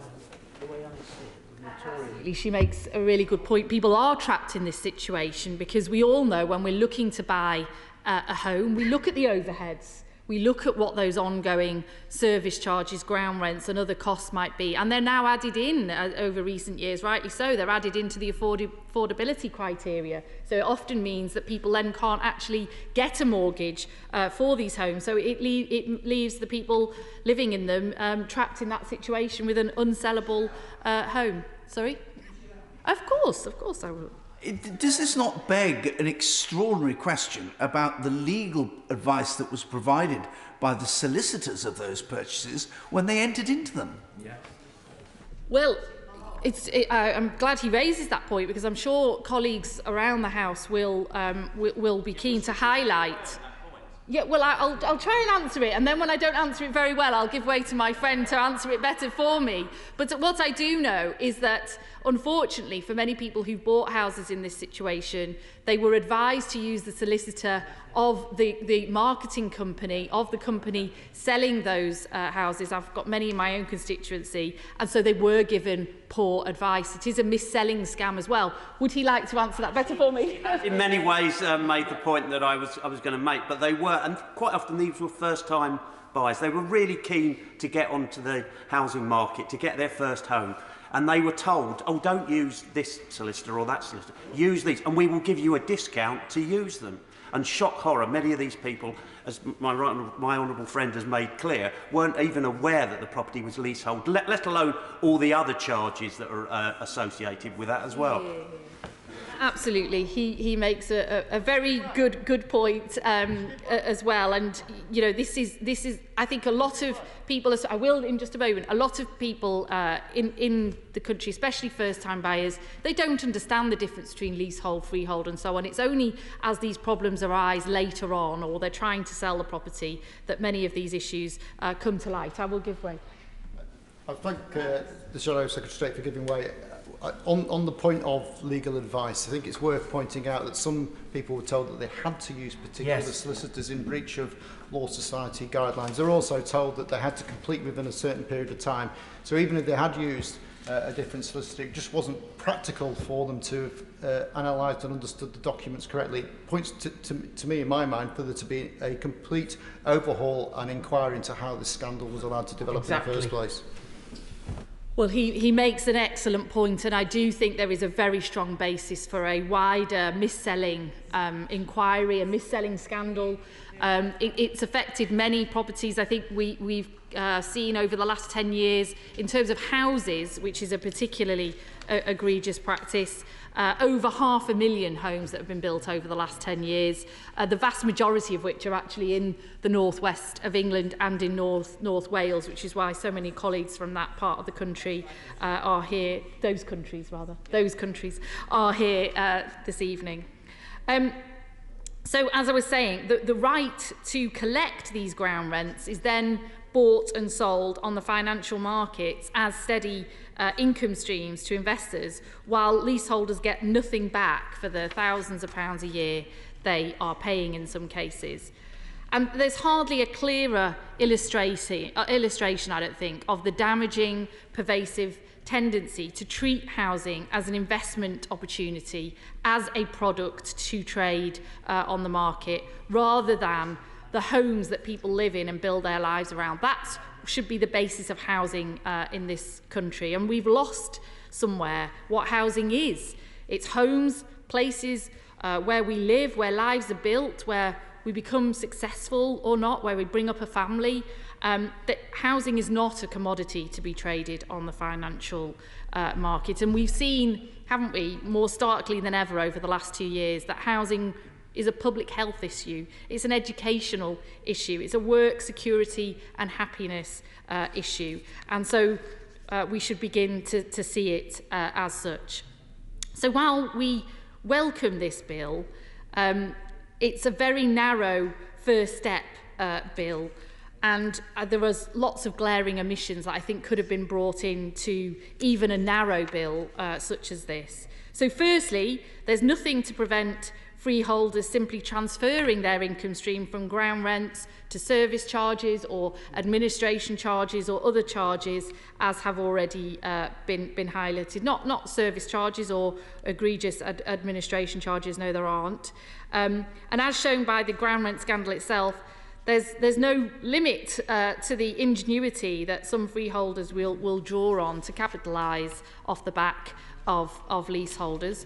Service charges and administration charges are opaque at best and far too hard to challenge. So will the Minister address this issue later on? Yes, I will, because he's a really good expert on this issue, so I'll gladly give way on it. A few examples that I have come across are just people who own a house, they own the land around it in theory, leasehold, being asked to pay if they want a pet, being asked if they want to change the flooring in that house, change the layout of the garden. And I've had people say to me, I'm paying a mortgage on a house I don't really feel I own.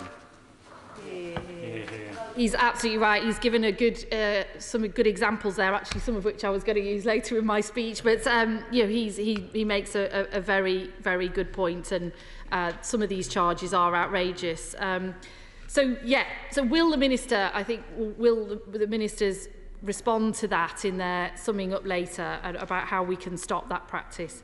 Secondly, the millions of people already trapped in leasehold homes will see no benefit whatsoever from this bill. So all of the examples that we've already heard from will not end as a result of this bill. The government has chosen to limit the scope of the ground rents bill to new homes, meaning those already facing these bills will see no benefit at all.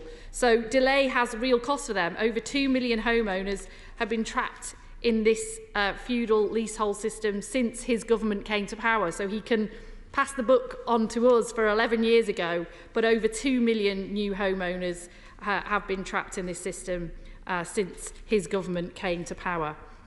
The Competition and Markets Authority has done some good work taking down the largest and worst offending of the freeholders, but we can't wait for them to take on every single company involved in this outrageous practice. So will the Minister, when it comes to committee stage, will he work with us and support our proposal, which we'll be tabling at committee stage, to protect existing leaseholders? Third, this bill does nothing to stop new houses being sold as leasehold at all. Leasehold houses are straightforwardly wrong for the reasons that we have heard already. So at the same time that the government promised to set ground rents as peppercorn, which this bill does, they also committed to end the practice of newly built homes being sold as leasehold. 500,000 houses have been sold as leaseholds in 2010, 60% of them in the North West. These homeowners face not just exorbitant ground rents, but also restrictions on how they can alter their homes. And as we've already heard some of those examples, that if you want to have a pet, you have to ask permission. If you want to make changes to the building, you have to ask for permission. And all too often people are left feeling they don't really own the home at all.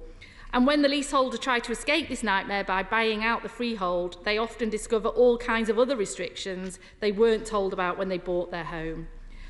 So this needs to change. And as recently as 2017, the government promised legislation to prohibit new residential long leases from being granted on houses. So when will this come in, and why is that not included in this bill? It makes no sense to me whatsoever that this hasn't made it into this bill. So perhaps, again, ministers will work with us in committee stage, some of my colleagues in here today at committee stage, to end new leasehold on houses altogether.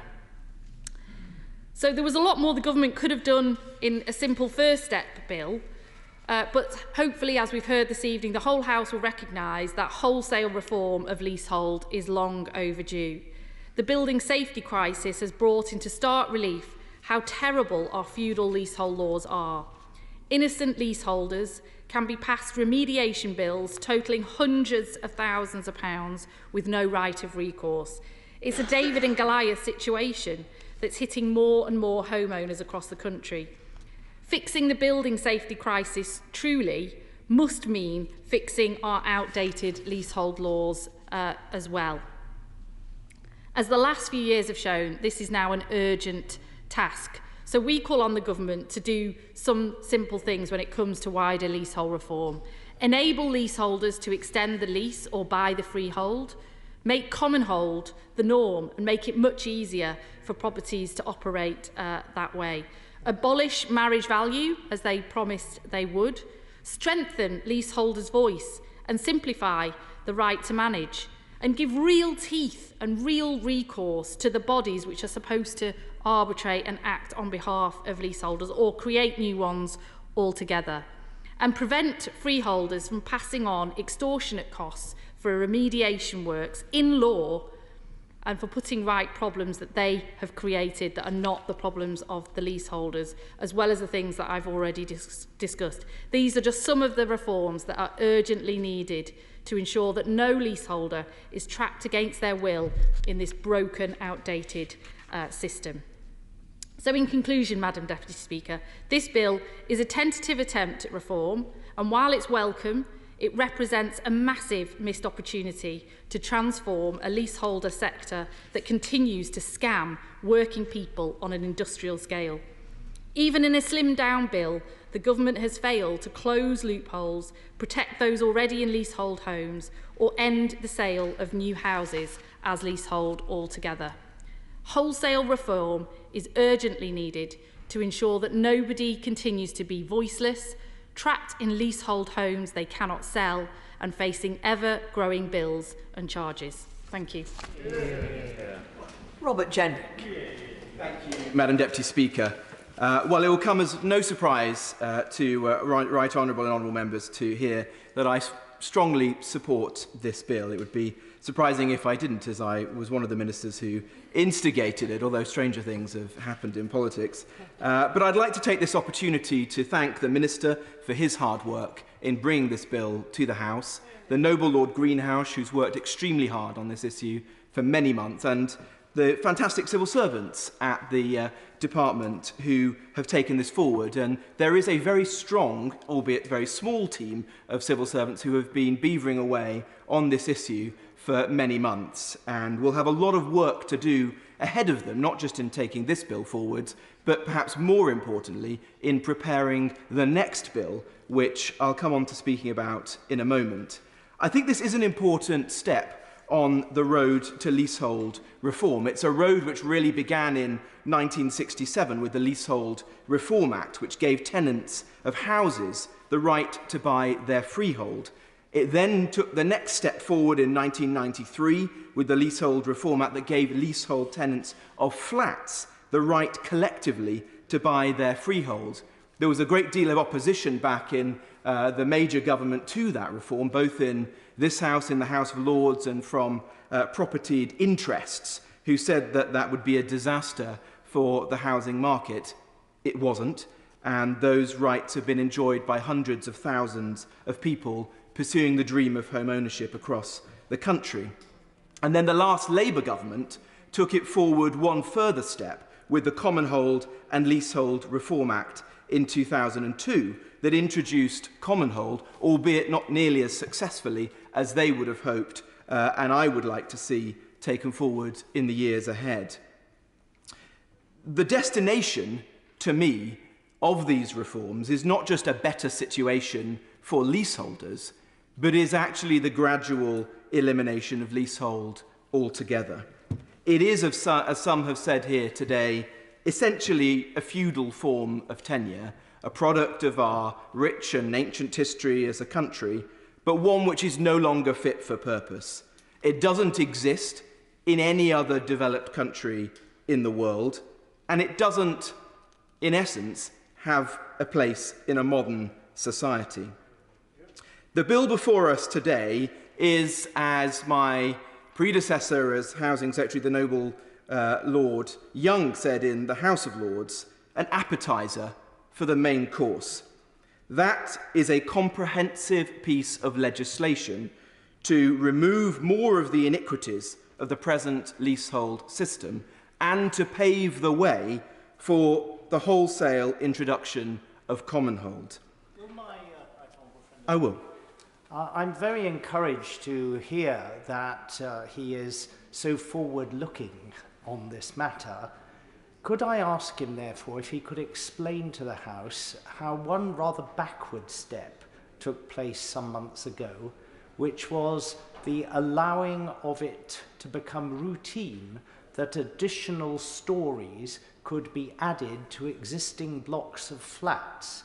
I have lived through that experience and found not only that it is terrible to have a floor inserted above you, but that when things go horribly wrong with the construction and the company goes bust or winds itself up, it's the leaseholders who have to pay thousands upon thousands of pounds to put right the faults. So would he not like to revisit that change that was made and perhaps suggest that it ought to be looked at again? Well, it wouldn't be for me to revisit that if we wanted to, but the purpose of that piece of legislation, which was supported by many members in this House, was to deliver more homes, particularly in brownfield sites and in urban areas, as part of all of our mission to deliver more homes and to tackle the housing crisis, and particularly to enable individual homeowners to build upwards on their home as their own household expands, particularly if they're having young children or elderly relatives moving into the home. And so I think it's an important step forward. But of course, as with any of these changes, we should keep it under review. And if there are common instances of abuse or malpractice, then we should see if there are ways of eliminating that. I will make progress if my honourable friend doesn't mind. So the bill really today before us was born out of two issues. One was a much more recent phenomenon, which was, as has been detailed already by the front benches and interventions to them, the abuse of leasehold in recent years. A system which was never perfect, and many of us would wish to see reformed, was subject to wholesale abuse and rip-off practices by developers and freeholders, using ground rents as an income stream and escalating those, leaving leaseholders in a perilous position. And the use of leasehold for properties for no good reason whatsoever, purely to benefit from the ground rents. And we've heard examples of that already, in particular, the use of ground rents for houses, where it's difficult to consider any house needs to be built as a leasehold property. In different times in the past, I've bought the argument, or bought into the argument, I'll come to the honourable gentleman in a moment, that there might be exceptional reasons why one would need to build a home, but it is very difficult to think of what those exceptional reasons would be. It's not used in other countries around the world, including countries like the United States, where there are gated communities, communities for the elderly, all manner of different homes. They're not being built as leasehold properties, so I don't see why they should be in this country. I'll give way to the honourable gentleman. I agree fully with that point. And as he has said, this was a practice that had largely gone out. You know, they were not, properties for years were not built, houses were not built as leasehold. But in the North West, as has been said, and in North Wales, a group of builders decided this was going to be an extra way of scamming, and I use the word scamming, even more money off of the people buying the properties. Well, the honourable gentleman is absolutely right. I don't disagree in any way. The North West was particularly targeted for reasons I don't understand, but you saw tens of thousands of homes built in this manner. And it really is disgraceful, and it gave leasehold a very bad name and necessitated the changes that we're making today and the ones that will come forward in the future. The bill ends those practices for new properties. That's the key thing. It will ensure that the business model behind ground rents, the need to create those properties as leasehold in order to benefit commercially, will come to an end. And we're already seeing its gradual reduction. This will lead to its elimination. I wanted to answer one point which has already been raised in the debate, which was why extend this to retirement properties. I came under, as Secretary of State, fierce resistance and lobbying from the retirement property sector, whose lobbyists approached members of Parliament, approached my department, and threatened judicial review against our proceedings. I considered it to be an unfair practice targeted at the most elderly and vulnerable in our society, that in addition to paying their service charge, they should also be paying a ground rent, and one which might be escalating at a significant pace. Why not have a more fair and transparent system where an elderly person knows exactly what they're getting when they pay the purchase price on their property and when they then pay the service charge on an annual basis, instead of receiving two bills every year? I think that's a simple matter of fairness and transparency, and it was the right decision to bring that to an end. We did, however, give a longer period for those businesses to transition and to change their business model, which is why that part of industry doesn't feel the force of this bill until 2023. I'll give way to the honourable gentleman. I'm grateful to the... thank you, Madam Deputy Speaker, and I'm very grateful to the right honourable gentleman for giving way, and I appreciate the work that he's done on trying to get the right balance and stand up for the interests of homeowners rather than large corporations. Further to the point made by the honourable gentleman for the New Forest, I do wonder perhaps if he has any reflections on the some of the knock-on effects of the allowing the additional stories to be built on existing blocks of flats. In my experience, there's an element of exploitation here, and as indeed the honourable gentleman mentioned, both of people living in flats which have, I think the word is top-hatted developments, but also the neighbours. And certainly in the area that I represent, there have been a number of problems for neighbours of these blocks. And I wonder if he had any further reflections on that, and perhaps whether, if he was still the Secretary of State, whether he would have allowed that to go ahead. Well, I think it should be kept under review, as with any permitted development. We've seen with the ones that were brought in the past. There's always cases at the edges which concern us, and there are usually ways in which you can refine the permitted development over time to ensure that they don't happen again. I think from memory with that permitted development, we did ensure that the developer has to work with the local council to ensure that there aren't issues in terms of building safety, loss of amenity to the leaseholders in the building, and that the design of the extra stories is broadly in keeping with the neighbourhood. But I certainly think this is something that should be kept under review. Well, I will give way if that's what the Right Honourable Gentleman wants, but I appreciate there are many others who want to speak in this debate. As I do. But it would be quite unlawful for the capital cost of the communal areas in a retirement living to be paid for through an administration charge. So it comes back to the question of whether it is in the interest of the purchaser to pay a ground rent or to make the upfront cost in the purchase price. And for a category of elderly people, it may well be in their interests to pay it as a ground rent rather than upfront cost. My right honourable friend gets to the nub of the issue. The debate was exactly as he says, whether it would be better for a retired person looking into moving into one of those communities to pay a somewhat lower purchase price for their property or the share in the property that they were taking, and then for as long as they live there, to be paying a ground rent, which might be escalating at an unfair level, and the service charge. Now, that's not a system that occurs in any other country in the world, including, as I say, countries like the United States that are far more advanced in their take-up of retirement properties than we are. I took the view that it would be much fairer and more transparent for an individual to know exactly what they're having to pay from the outset. They pay their purchase price, and then they pay their service charge. They don't have to face this escalating ground rent. And I think that makes sense to me. I appreciate that there will be differences of opinion on that, but it was done as a matter of basic fairness.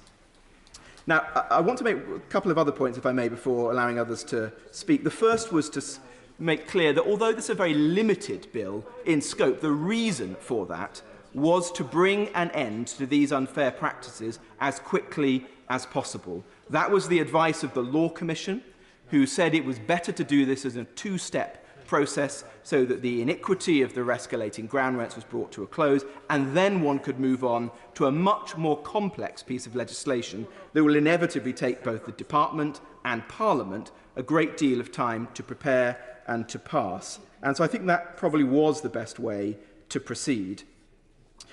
The second point is to say that as a postscript to the events of the last few years, two things I think do emerge. Firstly was the point that's already been made by my right honourable friend, that we do need to think about the conveyancing solicitors who gave advice or failed to do so in the process of these house sales.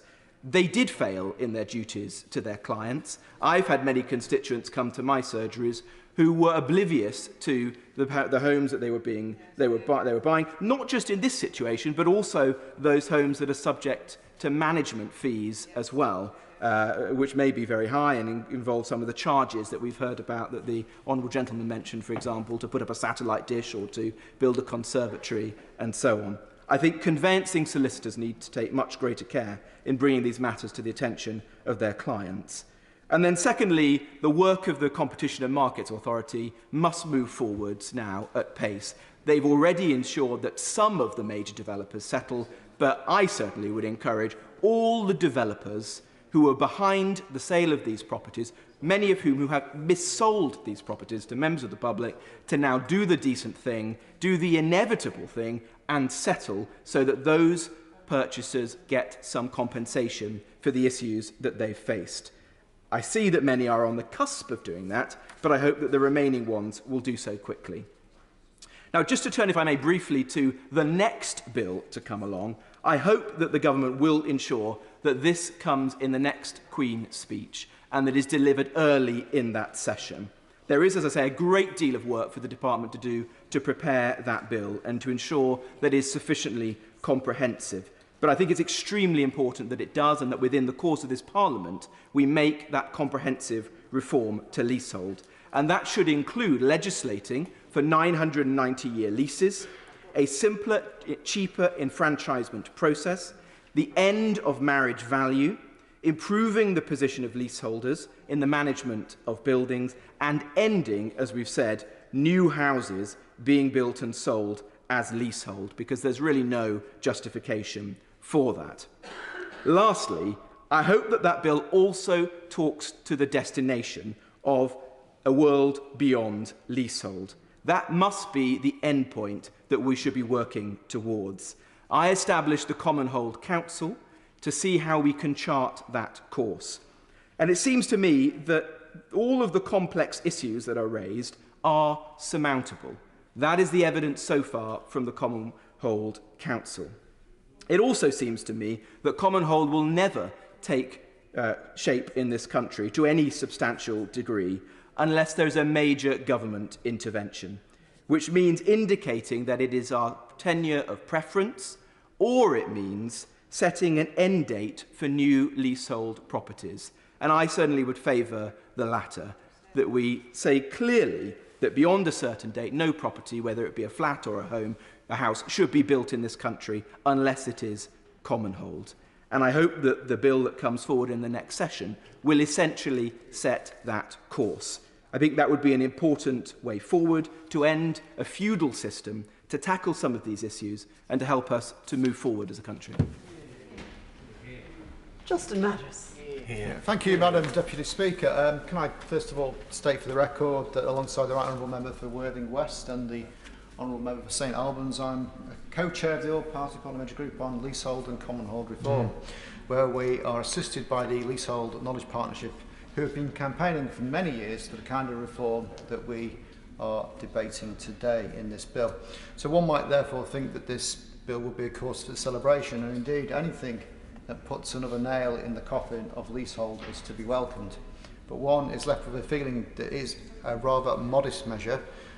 Having taken 4 years to get here does mean that we are making what I consider to be glacial progress. Maybe compared to 1,000 years of leasehold, 4 years is actually pretty quick, but for those still trapped in unsellable or seriously devalued homes because of the leases they've signed, progress isn't coming quick enough. So I'm not a fan of market-based solutions generally. The market is indeed responsible for most of the egregious injustices that we've seen in leasehold, but to a significant extent the market has already moved away from imposing ground rents for most houses. Not because those who concocted the leasehold scandal have had a prick of conscience, but because a spotlight has been shone on the devastating consequences of their sharp practice. And in that respect, I pay tribute to the fantastic work of the National Leasehold Campaign, who have done more than just about anyone to bring to the public's attention the unfairness of leasehold. Of course, it is an irony that those campaigners do not stand to benefit from this legislation because, as has been pointed out already, this bill does nothing to tackle the existing problems. That said, their influence has already benefited mine and many other constituents. A new Redrow estate not far from where I live was originally selling properties on a leasehold basis. After some pretty determined campaigning from the National Leasehold Campaign, they decided to stop the sale of homes in the second phase as leasehold, unfortunately not before several hundred people had already bought their homes as leasehold. To be fair to Redrow though, they did then offer them the opportunity to purchase the freeholds after 2 years, although it was then a little unfortunate to say the least when they subsequently lowered the purchase price for the freehold again, creating another unfairness.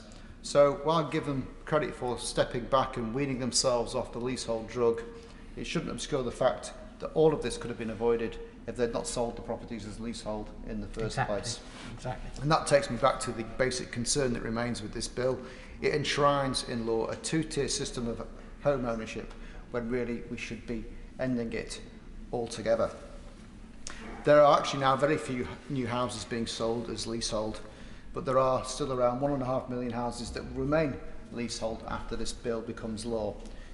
Is there a risk that by choking off future income streams, from those who see other people's homes as an investment will actually now turn their attention and redouble their efforts to squeeze as much as they can out of the existing properties.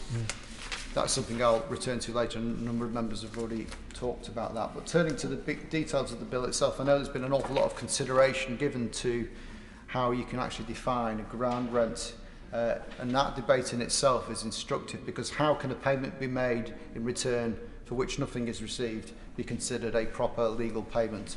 The short answer is it can't, and that is just another reason, I believe, to abolish leasehold altogether.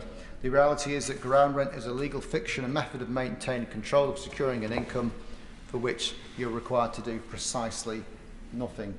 So it's disappointing that lease extensions for houses are exempt from this bill, because there is significant concern that freeholders will put in massive multipliers when offering informal lease extensions just to make the premium look more attractive and lower, but they will then make their money back through allowing the ground rents to continue. And let's not forget in this, both parties do not have equal bargaining power. So this all just adds weight to the argument that what we've got here is a minor change that will help people in the future, when what we really need to do is deal with the injustices of the present. And the best way to deal with that, of course, is to abolish leasehold altogether. Yeah. And as I referred to a bit earlier on, what we also need to keep an eye on is whether those that have been involved in the systematic deception and mis-selling change their sites to deal with the new environment that this bill represents. Because they haven't gone away. Those offshore accounts, those trust funds, those private equity investors who see people's homes as an opportunity to cream in the cash long after the people living in them think they've bought them. I think in particular estate management companies have to have a close eye kept on them, in particular because that is one area where charges can easily be inflated to more than cover the loss of a ground rent. I certainly will give way. Thank you, Madam Deputy Speaker. I think my honourable friend is making. Thank you, Madam Deputy Speaker. I think my honourable friend is making a very important speech, and he's hit on a number of central issues. In particular, his comments and his own legal experience of the problems of these markets and how they are dysfunctional, with, on the one hand, developers with enormous financial power and legal resources, and on the other hand, humble first-time buyers. Does he agree with me that there needs to be a rebalancing here, with far greater protection for first-time buyers and for ordinary householders, a much greater attempt made by the government to hold these large developers to account? I thank my honourable friend for his intervention. He makes a very interesting point. There is clearly an imbalance. There is clearly a number of ways which we've already explored to some extent in this debate, where the enthusiastic, shall we say, first-time buyers just want to get into their new homes. They put their trust in people who have been assigned to deliver the legal niceties, who've been assigned to put a value on the property, who've been assigned to do the conveyancing. They put the trust in those people, and sometimes that trust has been betrayed by the egregious injustices that we've talked about. Well, my friend, give way. I mean, he has mentioned management fees, which I see as the next scandal coming down the road. I mean, people who bought their properties perhaps being charged £100 or £200 a year thought, well, that's okay. That is now £400, £500, £600, and quite often there are additional charges because fences aren't covered, certain parts of the ground are not covered. And people have said to me, I pay my council tax twice, and that's how people see it, and it's totally unfair. That's right, Mark. I thank my right honourable friend and neighbour for his intervention. He has actually beautifully led me into the next section of my speech, where I talk about exactly that, because I will never accept that it is right that developers choose not to pay a sum to councils to adopt the communal areas, but instead save themselves money by passing on that cost to the homeowners, and then also using that to make even more money from those homeowners by charging them the things that ought to be coming out of council tax. And as my honourable friend has said, I'm worried that this trend will be accelerated because the ground rent gravy train is coming to an end, and that we will hear more and more stories of homeowners having no choice but to pay inflated annual service charges that, given a choice, they would prefer to pay out of their council tax. Certainly will. I'm very, very grateful. He's making a very good point on, I think, what's referred to as leasehold. But as he agrees, it's entirely within the gift of the local authority to require that development to be made to adoptable standard in terms of the roads and the drainage, for example, so that, and then it is adopted by the local authority, and then they don't have to pay twice for these kind of services. I thank him for his intervention. I think that is a fair point in theory. In practice, I find that it doesn't happen. I've certainly got some estates in my constituency that were built a dozen years ago, and they still haven't been adopted because the developers haven't put them up to the required standard, and then we get this to and fro, and it never ends because actually the developers have left town and they've got absolutely no interest or incentive to actually bring those areas up to the adopted standard. Would my honourable friend give way? Certainly will. I'm grateful to him for giving way, Madam Deputy Speaker. I'm also grateful for the advice that he has given to me and my constituents on just this exact matter when he, as a next-door neighbouring MP with a particular expertise. There is one estate, he'll be aware of it in my constituency, which has been parcelled up and given to different developers and has been developed at different periods over time. Not only do we have a problem with the local authority, but he will recall that we have a problem with different developers playing themselves off against each other in order to not bring it up to the standard the honourable member suggested.